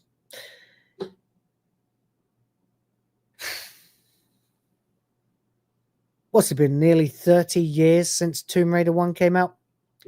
Man, I feel old. It's funny, though, because nobody has really forgotten the franchise. People still talk about how great it was today. Hell, one of my co-hosts is streaming it. The remasters did very, very well. And yet, somehow the company that makes it doesn't have a freaking clue who Lara Croft actually is. And this is no new subject, exactly. It has, in fact, been a subject for close to a decade at this point, that they genuinely don't seem to know how to make a Tomb Raider game anymore. Or they just don't want to because they've employed a bunch of, woke social justice warriors, probably pink-haired Landwells, who can't stand attractive women being sexy femme fatales. And everything has to be seen through the eyes of scared, frail, weak women who rise to overcome the odds, because women can never be portrayed as strong, because then they would not be underdogs. You see, feminism wants women to be hyper strong, the strongest in the world, and yet at the same time pathetic and frail. And please don't hurt me. It's pathetic. And when they're not doing that, they're making cringe Netflix series where Lara basically has the build of He-Man and no tits whatsoever. And I'm pretty sure we all know what Lara Croft is, what she's supposed to look like. It's not difficult. It's not rocket science. Badass, slim, busty, buxom brunette, twin pistols, tight clothes, tight top, swimsuit, or crop top, whatever you want, hot pants, boots, in dark caves and tombs, shooting bats and animals and dinosaurs and sometimes people if they attack her, all for her own personal gain, for the glory, for the thrill of the hunt. They actually had a perfect feminist icon right there and they destroyed her. Well, you reap what you sow, and Crystal Dynamics now is finding out what happens when around you do fuck. Out you will find, as they are laying off nearly 30 people to optimize the continued development of blah, blah, blah, blah bollocks. All right, this one's coming to us from PCGamer.com. So, hazard warning, the PC stands for politically correct. Or at least it might as well. For the third time this year, Crystal Dynamics is making layoffs. Suffer, Crystal. Nearly 30 people are being put out of work to optimize the continued development of a flagship Tomb Raider game. The Embracer-owned studio, and that's where it all went wrong. Just ask the guys who made Space Marine 2, or at least the boss, what it's like working for Embracer, because he was in a position of high power in that group, and he got the F out when he could. Says it's restructuring for our next generation, whatever that means. PC gamer based? Could be. See this? I don't even recognize this. I don't even recognize this as Lara Croft. To me, this is Until Dawn. But there you go. For the third time this year, Tomb Raider studio Crystal Dynamics has laid off employees. The company announced today that it's making a difficult but necessary reorganization of its studios and team. And as a result, nearly 30 people will be put out of work. The cuts will be made across various departments and projects, Crystal Dynamics said on LinkedIn, as we restructure the company and business for our next generation. In other words, we're fucked. We wasted our time making woke bullcrap, and whether they've realized it or not, they are having to let people go because they can't afford them anymore. Or, you know, we could be white-pilled about this. Perhaps they have seen the error of their ways. Perhaps all the people they're firing are the middle managers with pink hair, the Karens, and the nose ring mafia. It says, to our players, as the realities of the industry continue to evolve, hello Gamergate, we've made these painful choices as a way to optimize the continued development of our flagship Tomb Raider game. What game is this? Have they got one in development? Because all they seem to be doing at the moment is fucking whoring the license out to board games and TV shows, and now we've got Sophie 2 paracetamols on an ironing board Turner playing Lara Croft, as well as shaping the rest of the studio to make new games for the future. We appreciate the continued support of our players, our colleagues, and our partners during this transition, and look forward to sharing the team's amazing new work with the world in the future. You know, I remember Crystal back in the 90s. I've got Pandemonium on my shelf behind me, and I've got Pandemonium 2. Good games. Pandemonium 2 is pure 90s Exodus rave madness in a platformer, a 2.5D platformer. But you know the interesting thing? In the first Pandemonium, you had Fargus, the jester, and Nikki, who's like the mage. And she looked like a pretty young woman in a sort of lycra crop top, which is weird for medieval times. In the second game, she appeared to have turned into a wannabe Lara Croft. A sex pot. A busty, tank top wearing, ponytailed vixen. So there was a time when Crystal knew how to market video games. Because to be honest, we haven't changed. The same marketing strategies that worked in the 90s would work now. In fact, everything that worked in the 90s culturally would work now. Except for shell suits and hammer pants. They can stay. And Will Smith. Get rid of him too. This is, as noted, the third time Crystal Dynamics has laid off employees in 2025. The first round of cuts occurred in March 17 as a difficult decision in order to better align our current business needs and studio's future success. How much corporate bullcrap do I have to read out, guys? Then in August, it terminated an undisclosed number. That was a big one then. Following Microsoft's cancellation of the Perfect Dark reboot, which it was co-developing alongside The Initiative. And now this, 30 more. So, X 147, probably. Not a huge number compared to, say, the 9,000 that Microsoft axed in July, but not a not insignificant portion of a studio that has to be working pretty close to the bone by now. Just like Disney, just like Ubi, suffer. And I have to note, with nothing to show for it at this point. Oh, son. Sick burn. Damn, buddy. That's impressive. Nothing. And I repeat again, nothing to show for it. Nothing.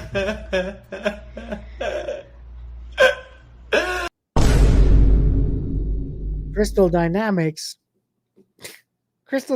announced the new Unreal Engine 5 powered Tomb Raider project in 2022, but all we've seen of it since was a single piece of utterly unremarkable concept art released in early 2024.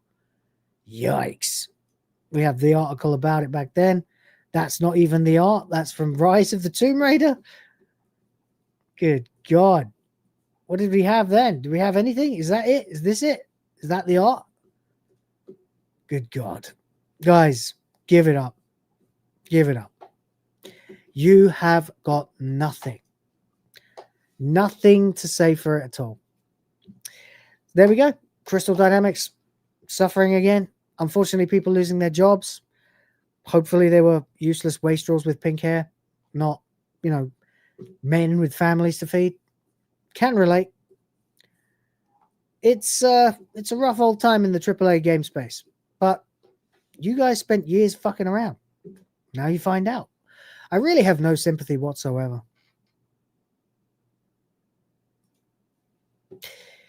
Anyway, I did notice, by the way, just in case anyone thought I didn't. It's just that I was doing a thing. I couldn't interrupt it. James, the fucking legend, the absolute hammer, the man of the hour, the tower of power, for $57. Fill in the bar or near as, damn it. Says Hooters.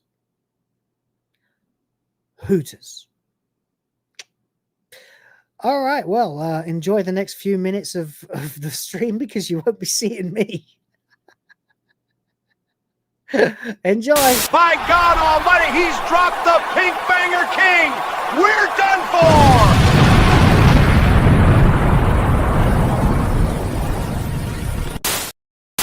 I got this new anime plot. Basically, there's this high school girl, except she's got huge boobs. I mean, some serious hunkers. A real setup of donkers. Packing some Doban hunkeros. Massive da hunka bankaloos. Big ol' Tanhangera cougars. What happens next? Transfer student shows up one day with even bigger Bankhanaga hoogs. Humongous hungalamga nonologangas.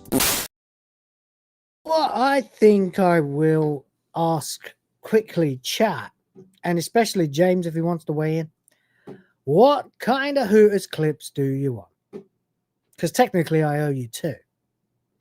So tell me what you want while I play the original. I've seen your heart across the screen. Every cheer, every dream in between. You stayed up late. You pressed restart. You leveled up right off the chart. I'll show you something good tonight. A little shimmer in the neon light. You gave your time, your touch, your move. So now I'll show you something good. From velvet skin to crimson eyes. I'm your reward, your sweet surprise. You've been faithful, brave and true. Now I'll show all my thanks to you.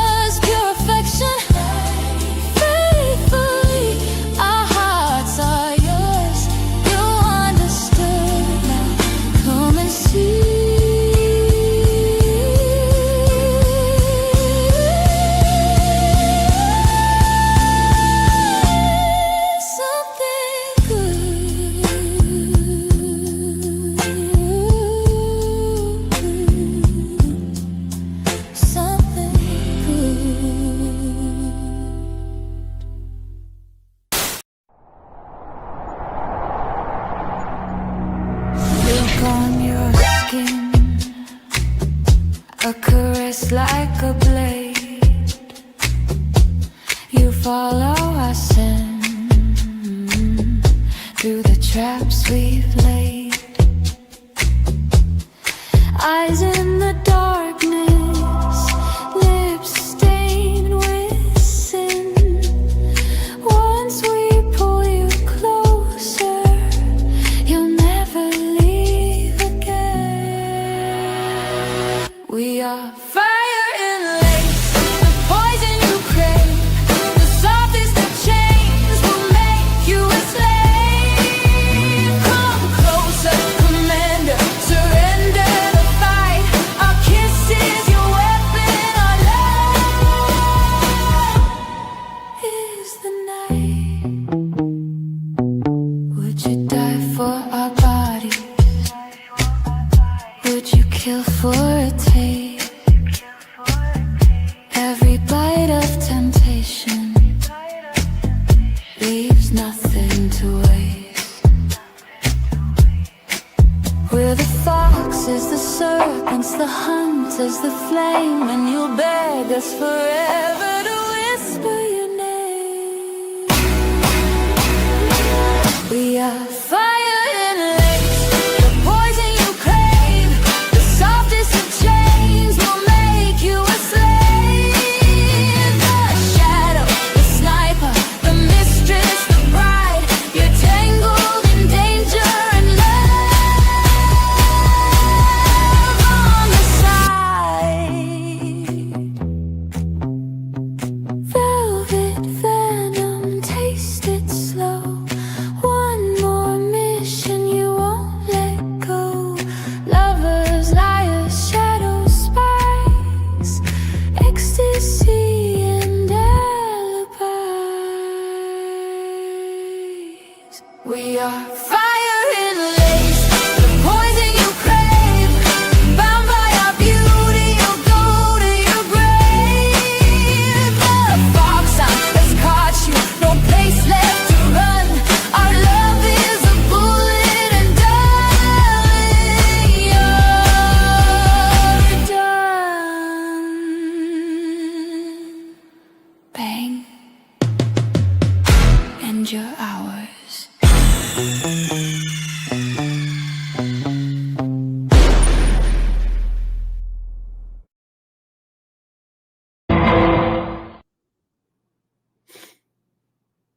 Uh-oh. The missus is here. No, that was not me. I saw you guys in the chat. James Up saying, uh-oh, Will got caught gooning, or is he on his wife's phone? No, I wasn't expecting that either. I guess she's watching. Hello, missus. Hello. And by the way, don't worry. She saw all of them long before you did. So it doesn't matter. We're just glad they're popular. We're just glad they're popular. There we go. Anyway, Nick Roberts was asking me something about Donnie Darko being the Joker. Interesting theory. I guess you could connect those two universes if you really wanted to. Donnie Darko is set when? In the 80s or something? I can't remember anymore. It's been so long since I've seen it. Oh, yeah. Well, there's a lot of that would tie together, I suppose, if you wanted it to. Meh, not a bad theory. Anyway, there we go. Guys, I hope you enjoyed. Stop it. No, it's good. She has an account. See, I've encouraged her many times to actually participate in the chat. And this is the first time. So there we go. There we go. John Grant says, oh, what a time to log in. You lucky bastard. That's right.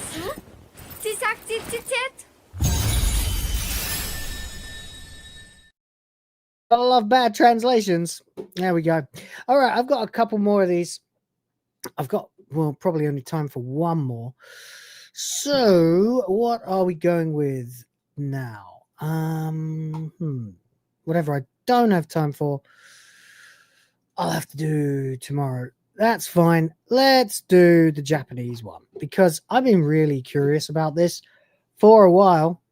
By the way, John, thank you very much for the $5. I appreciate you. UAF Omega for $5 says, we want more Misses of the Fans. Are you sure? Yeah, no, she's lovely. She's lovely. I did very, very well. Very pleased. And she's got a good sense of humor too, which I don't think I could possibly have ever married anyone if they didn't have a good sense of humor. And we laugh at each other too, but also together. So it's good, you know. We both very good at roasting each other. I've told the story before of the peanut butter. And she told me to kill myself because I was so angry that I couldn't find peanut butter anywhere. Kill yourself. I'm like, that broke me. I just died laughing, like literally. That was probably the moment I knew I'd marry her one day. That's right, Mrs. You're in the chat listening to this, I know. Noise pollution is here as well. And thank you, by the way, to UF Omega. Shouting out for Misses of the Fans. That's right. That's right. We also have this. There's no sound, but you can have this.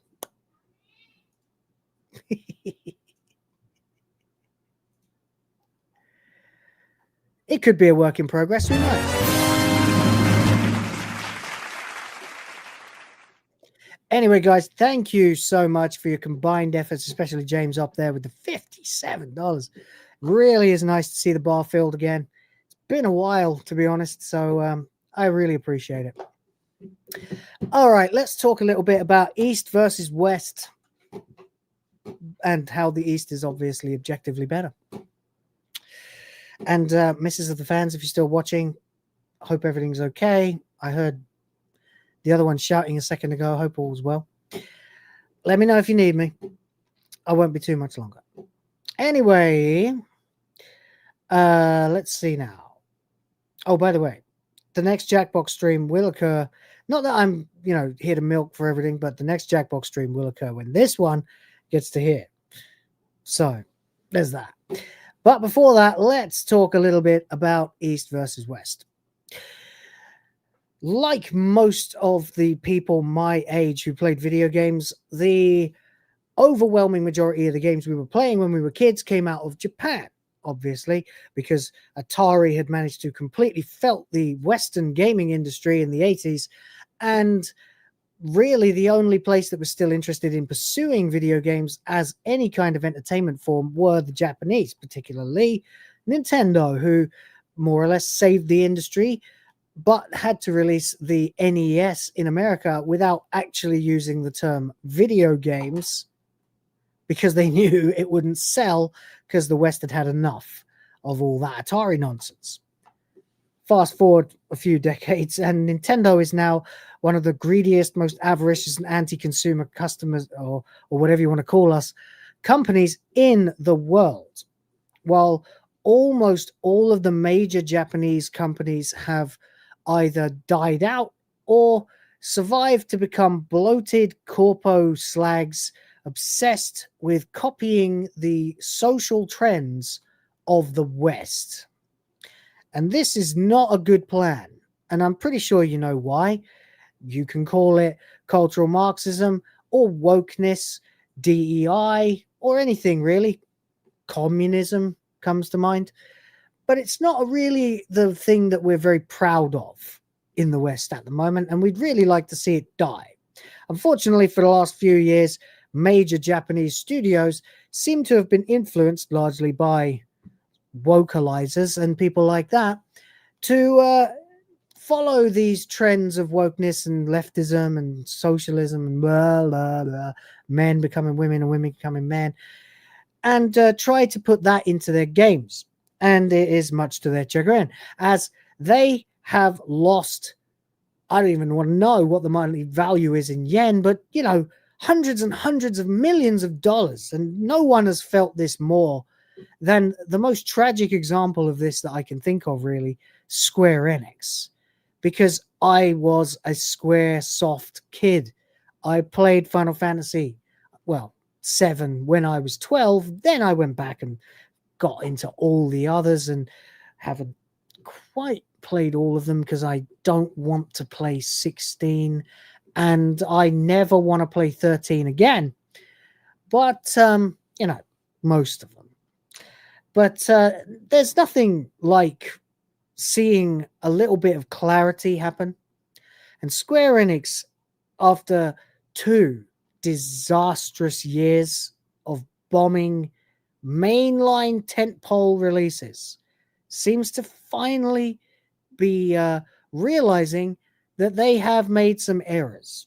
Lucky them, then, that it's just in time for the Japanese government to have finally stepped in and proposed a new policy for both anime and games, with a very, very big focus on not letting the West or anyone else interfere in the creative process. This is a bloody win, as far as I'm concerned, and we'll get into it. There are many articles about this. I just happened to choose this one because I don't read this website very often, and I thought it would be interesting to take a look at a news source. So there we go. No interference in creative works. Japanese government proposes new policy for anime and game expansion in the West. And speaking as a Western gamer who grew up on Japanese games and anime, I can tell you I am thrilled to hear this, because as any of my friends, or I will tell you ad nauseum, what do we want when we watch Eastern entertainment? Eastern entertainment. I don't want to see woke Western bullcrap in Final Fantasy. I certainly don't want to see it in Zelda. I don't ever want to see it in One Piece or Naruto or any of the other anime out there. I'm a bit of a normie. I haven't been able to keep up with anything but really the big 3 in the last 20 years. So there's that. But let's see what else is going on here. This October, let me zoom in a bit. This October, the Japanese Ministry of Economy, Trade and Industry, METI, held its 8th Entertainment and Creative Industrial Policy Seminar.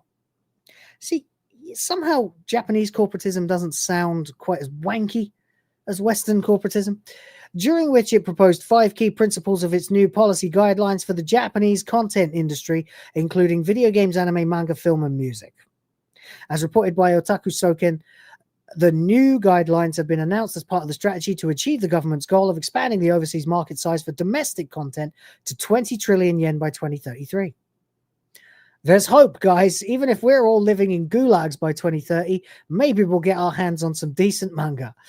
This comes only a month after the Japanese Business Federation, Keidanren, issued an urgent message calling on the government to provide immediate large-scale and long-term support for the country's content industry. The 5 key principles of the entertainment and creative industries policy are listed as thus: 1. Large-scale, long-term strategic support. I mean, okay, that's a little generic and basic. It's basically what you should be doing for everything, but to be honest, given the way we've seen the business world working in the last few years, it doesn't seem that there has been a lot of large-scale or long-term planning. It's all been reacting to market forces that have been dictated by an ever-changing Western set of values that no one really has a bloody clue stand for what. So, yeah, get away from that.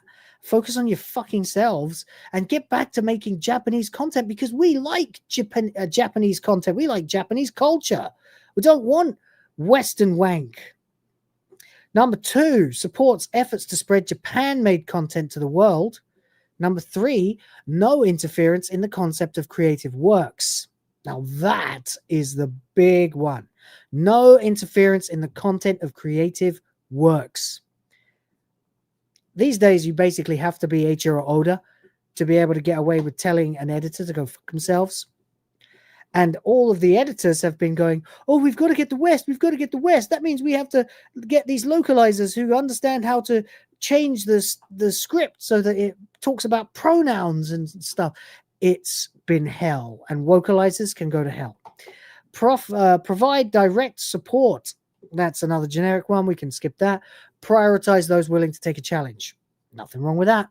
Nothing wrong with that. So, in light of recent events, especially aggressive content restrictions and global pressure from payment processing firms, I see you. I see you, Visa. I see you, MasterCard. You are scum, and you will not get away with it for long. The third principle of the policy has been attracting attention in particular. As explained by the METI, government's goal is to invest in IPs, human resources, digital technologies. Can we just say personnel? Can we go back to personnel? Human resources, seriously. Sounds like it's something out of freaking Blade Runner, as well as support international distribution networks and overseas investments into building fandoms. Sounds good to me. Consequently, the third principle was suggested to reassure creators that their freedom of expression will be protected. Good. Good. No censorship. No standards. No trust and safety. Get rid of it. Bin it all. We don't need fucking body type A and B in Dragon Quest. We want male and female. We don't need the warrior class girl to suddenly have a brown undershirt under her battle bikini. Okay, these are fantasies, okay? You guys changed Akira Toriyama's artwork the year that he died. That's disgusting. The only thing more disgusting than that was Chris Kindred's dressing down, of Akira Toriyama right after he died. But then Chris Kindred is a woke piece of shit. And that government backing does not imply with the content of their works will be measured with in any way. Good.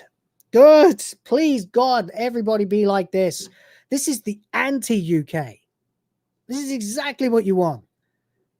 You can create whatever you want. And if people like it, good for you. And if they don't, better luck next time. You hear stories about mangaka who start off grinding as an assistant to other mangaka. And then or mangaka, I don't know how you pronounce it. And then they end up getting a chance on their own series. And sometimes it works, sometimes it doesn't. Eiichiro Oda released umpteen stories for consideration in Shonen Jump before finally releasing 2 versions of Romance Dawn that ultimately became One Piece. One Piece started when he was in high school, which is funny because it started when a lot of adults were in high school in terms of actual syndication. It's now the most successful, well, it's almost the biggest selling comic ever. It's certainly the biggest selling manga of all time, but the biggest selling comic of any kind. And, you know, the funny thing about One Piece is it takes a lot of its inspiration from the West, but from Western history. Oda's nothing if not a historian, right? He's explored Western values, Western culture, and appropriated little parts of it into his story, which is delivered in an unmistakably Japanese flavor. And that's what we like. Dragon Ball is incredibly Japanese. No, I don't think that if Saiyans were to land tomorrow, they should be played by Japanese people. I don't think that at all because they're from another planet. But I do think that Toriyama was Japanese and that Battle Shonen is a uniquely Japanese style, even though Dragon Ball began emulating Chinese style. You know, I'm on a massive tangent here. I could talk about this all day, can't you tell? Furthermore, Clause 4 of the policy proposal suggests that there will be transparency behind the support process, meaning less reliance on intermediary companies and more of the support directly reaching those involved in the creation and popularization of content. Let's get rid of middle management, ladies and gentlemen. Yeah!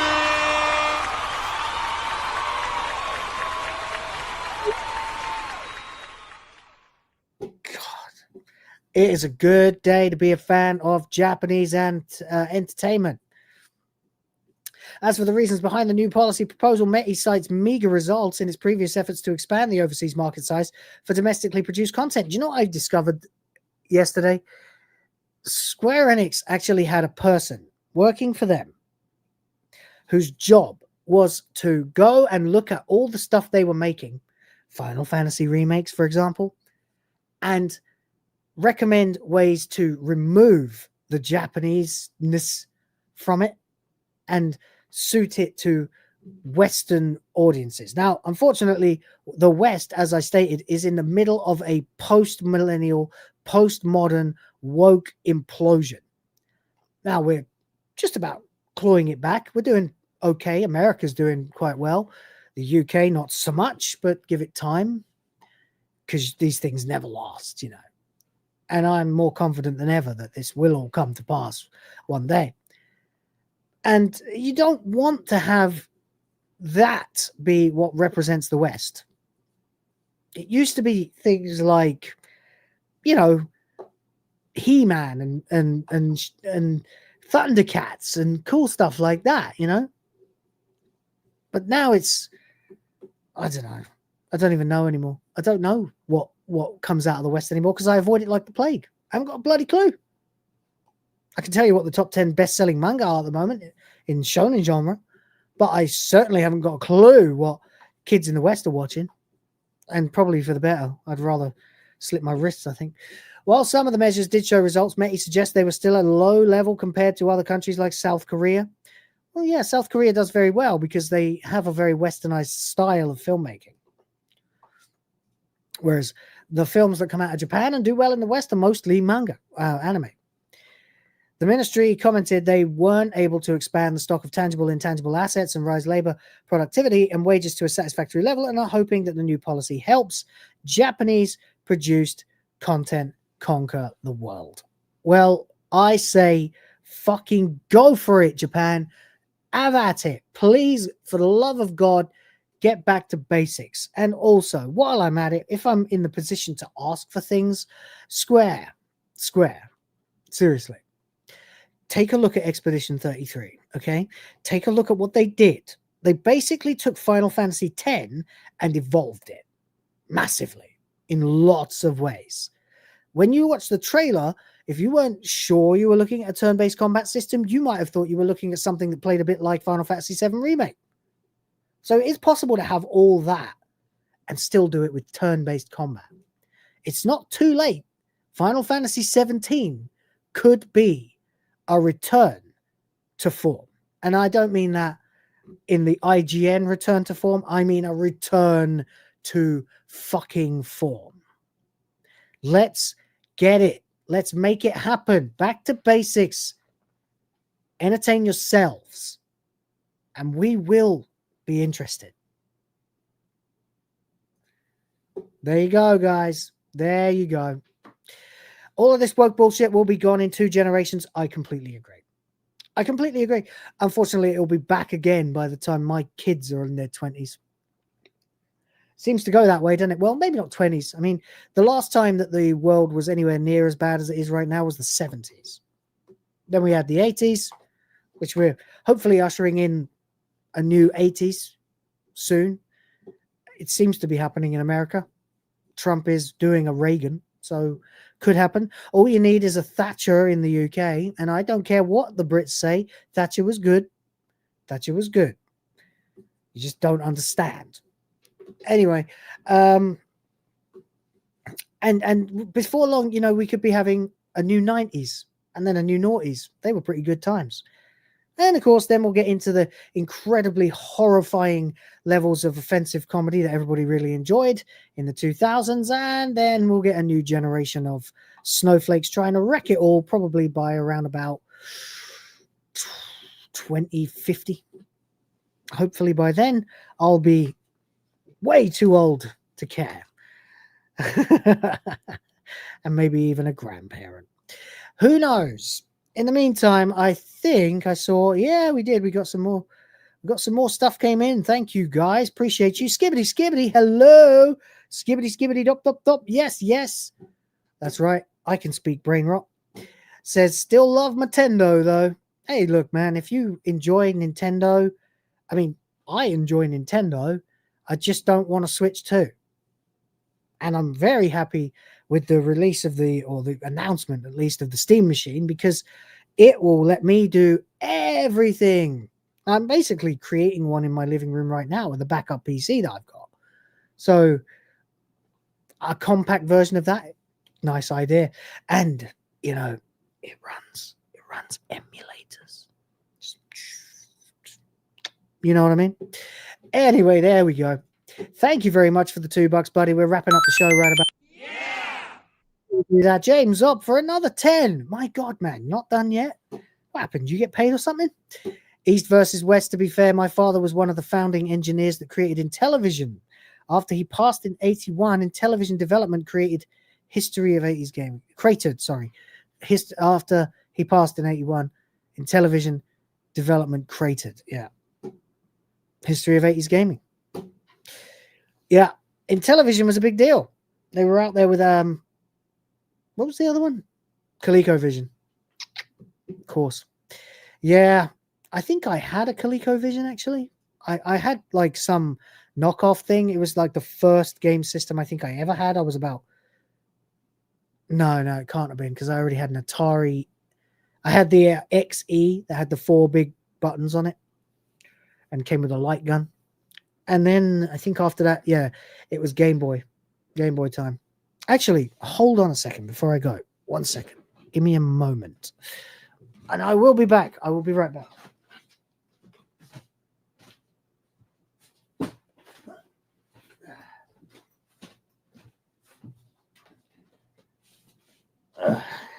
All right, hold on.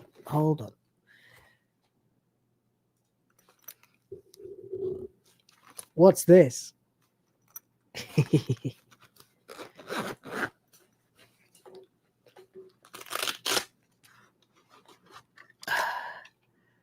Hell yeah. This little thing changed my life in 1989, 1990, I think, was when I got my own.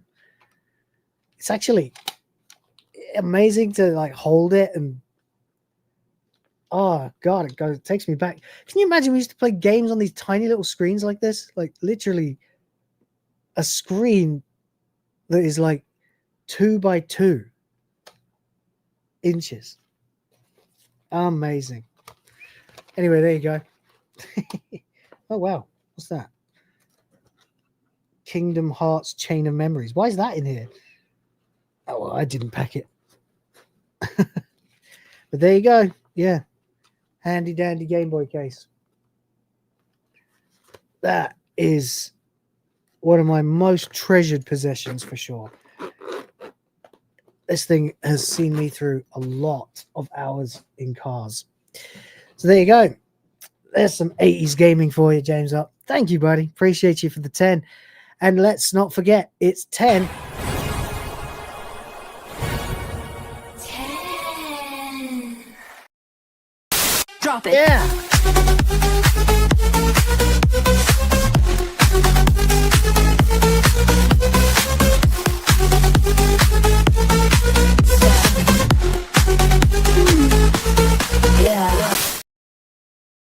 Yeah, there we go. Yeah, what we got? You guys are saying, gotta admit, the Skibbity retail toys look cool. The Skibbity toilets, you mean? Thatcher was great, no nonsense, turn back the poisonous tide of communism. Yes, finally, I found some people who agree with me. Amazing. Just got me a Switch 2, love the Hyrule Warriors franchise. Yeah, I love that too, actually. It's a lot of fun, although I've never finished the original because I got it on the Switch. And there's so much content in that game. I might still be playing it in 20 years, so I've just never bothered getting the sequels. Anyway, if you're enjoying your Switch 2, that's cool. That's up to you. I hope they release a lot more games for it. I hope they don't become incredibly totalitarian with the digital rights management that they deal on it. But there we go. Fair point. Will the fans, it's Mom, Matendo. Right. You'll have to play it in 6 weeks, maybe. Right. James up again with the okay. Sploosh, Holy Spinoli. That's out of control. Yeah, 1987, baby. Awesome. You had a Game Gear, obviously. Of course you did, dear boy. Of course you did. Rhoda, the innocence of Sega. Speaking of innocence, Danger Island. No, my eyes, I've lost my innocence. What, because of the boobs? Okay. Thatcher was great. Yes, that too. Boobs, and Poland had 45 years of communism, so now you know why I fucking hate that shit. Yeah, nobody dislikes communism like people who've been ruled by it. Funny that. You know, there is also another thing I wanted to make mention of today, but I didn't really have time or like preparation time for it. But Hassan is getting even more felted after getting done by the commie cops over in China. Apparently they bugged his hotel room, and he's still simping for him. He's still he said one of the most idiotic things, and I guarantee you we'll end up covering this at some point. He said he loves China because it shows the kind of communism that he loves. He says there's a Gucci store right next to an old Soviet building, Soviet style building. You know, you're just picturing like a sterile gray block, you know. But the thing is that idiot is so unbelievably dumb. He doesn't even realize what he just did was advocate for capitalism. There's a reason there's a Gucci store next to a Soviet derelict. It's because that didn't work. So they liberalized their economy and brought in a load of capitalism. And now everyone likes China. Fucking Hassan Piker.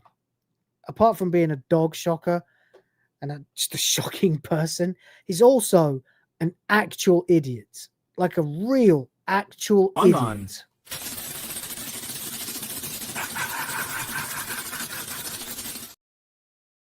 Anyway, that is it for the show today, ladies and gentlemen. I appreciate you being here. It's been a good 2.5 hours. Thank you very much for filling up the bar. Hope you've had a lot of fun. I've had a great time.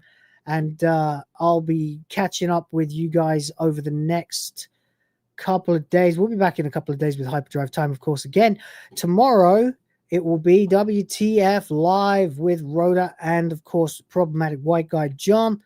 That will be our Red Dwarf special, and it is the beginning of Series 7. Series 7, the one that people like to say wasn't as good as it used to be. Well, I disagree. Hard disagree. It's a little different. They shot it in a single camera format. They brought in a little bit of drama, a little bit of character development, which is interesting because in the second episode, which we're going to do tomorrow, first and second, Rimmer leaves. I mean it. I'm not kidding. This ain't a bluff. Rimmer's gone for the remainder of the series. There is no Rimmer. Well, apart from one scene in episode 3. But, or episode 4, because 3 is a Roborus, I think. But we're going to get into the deep shit now. We're going into plot development country. It's going to be a great few weeks of reviewing Series 7. So look forward to that. I know Rhoda is. I know I am. There's going to be a lot of fun to be had there. I haven't missed anything, have I? No. So please come and check it out. Same time. Well, it will be at 10 o'clock my time instead of 11. So it'll be at the usual time rather than an hour later like today. That's it. That's all I got to say. Thank you very much indeed to Sardok, Hugo, Sardok, Rhoda, Jester, James Opp. Man, you did one before. You did that one and then another one. Boy, you've been very generous today, man. Thank you. Saved my ass. Heavenly Jester again. Sardok again. Rhoda again. Swedish Christian. James Opp. With the big boy there. John Grant. UAF Omega. Skibbity. James Opp again. Guys, go and check out the Discord server. I'm sure James will post it in the chat again. If not, you can find it easily on the Discord. The link is in the description. The link is always in the description. So check that out. And yeah, I think we're done here. That's it. Take care. Spike your hair. Fuck Disney. Fuck Nintendo. Well, modern Nintendo anyway. Yeah, question everything. Respect the fans. Check out the Discord link below, and I will chat to you next time. Thank you very much, everybody. See you tomorrow. Bye.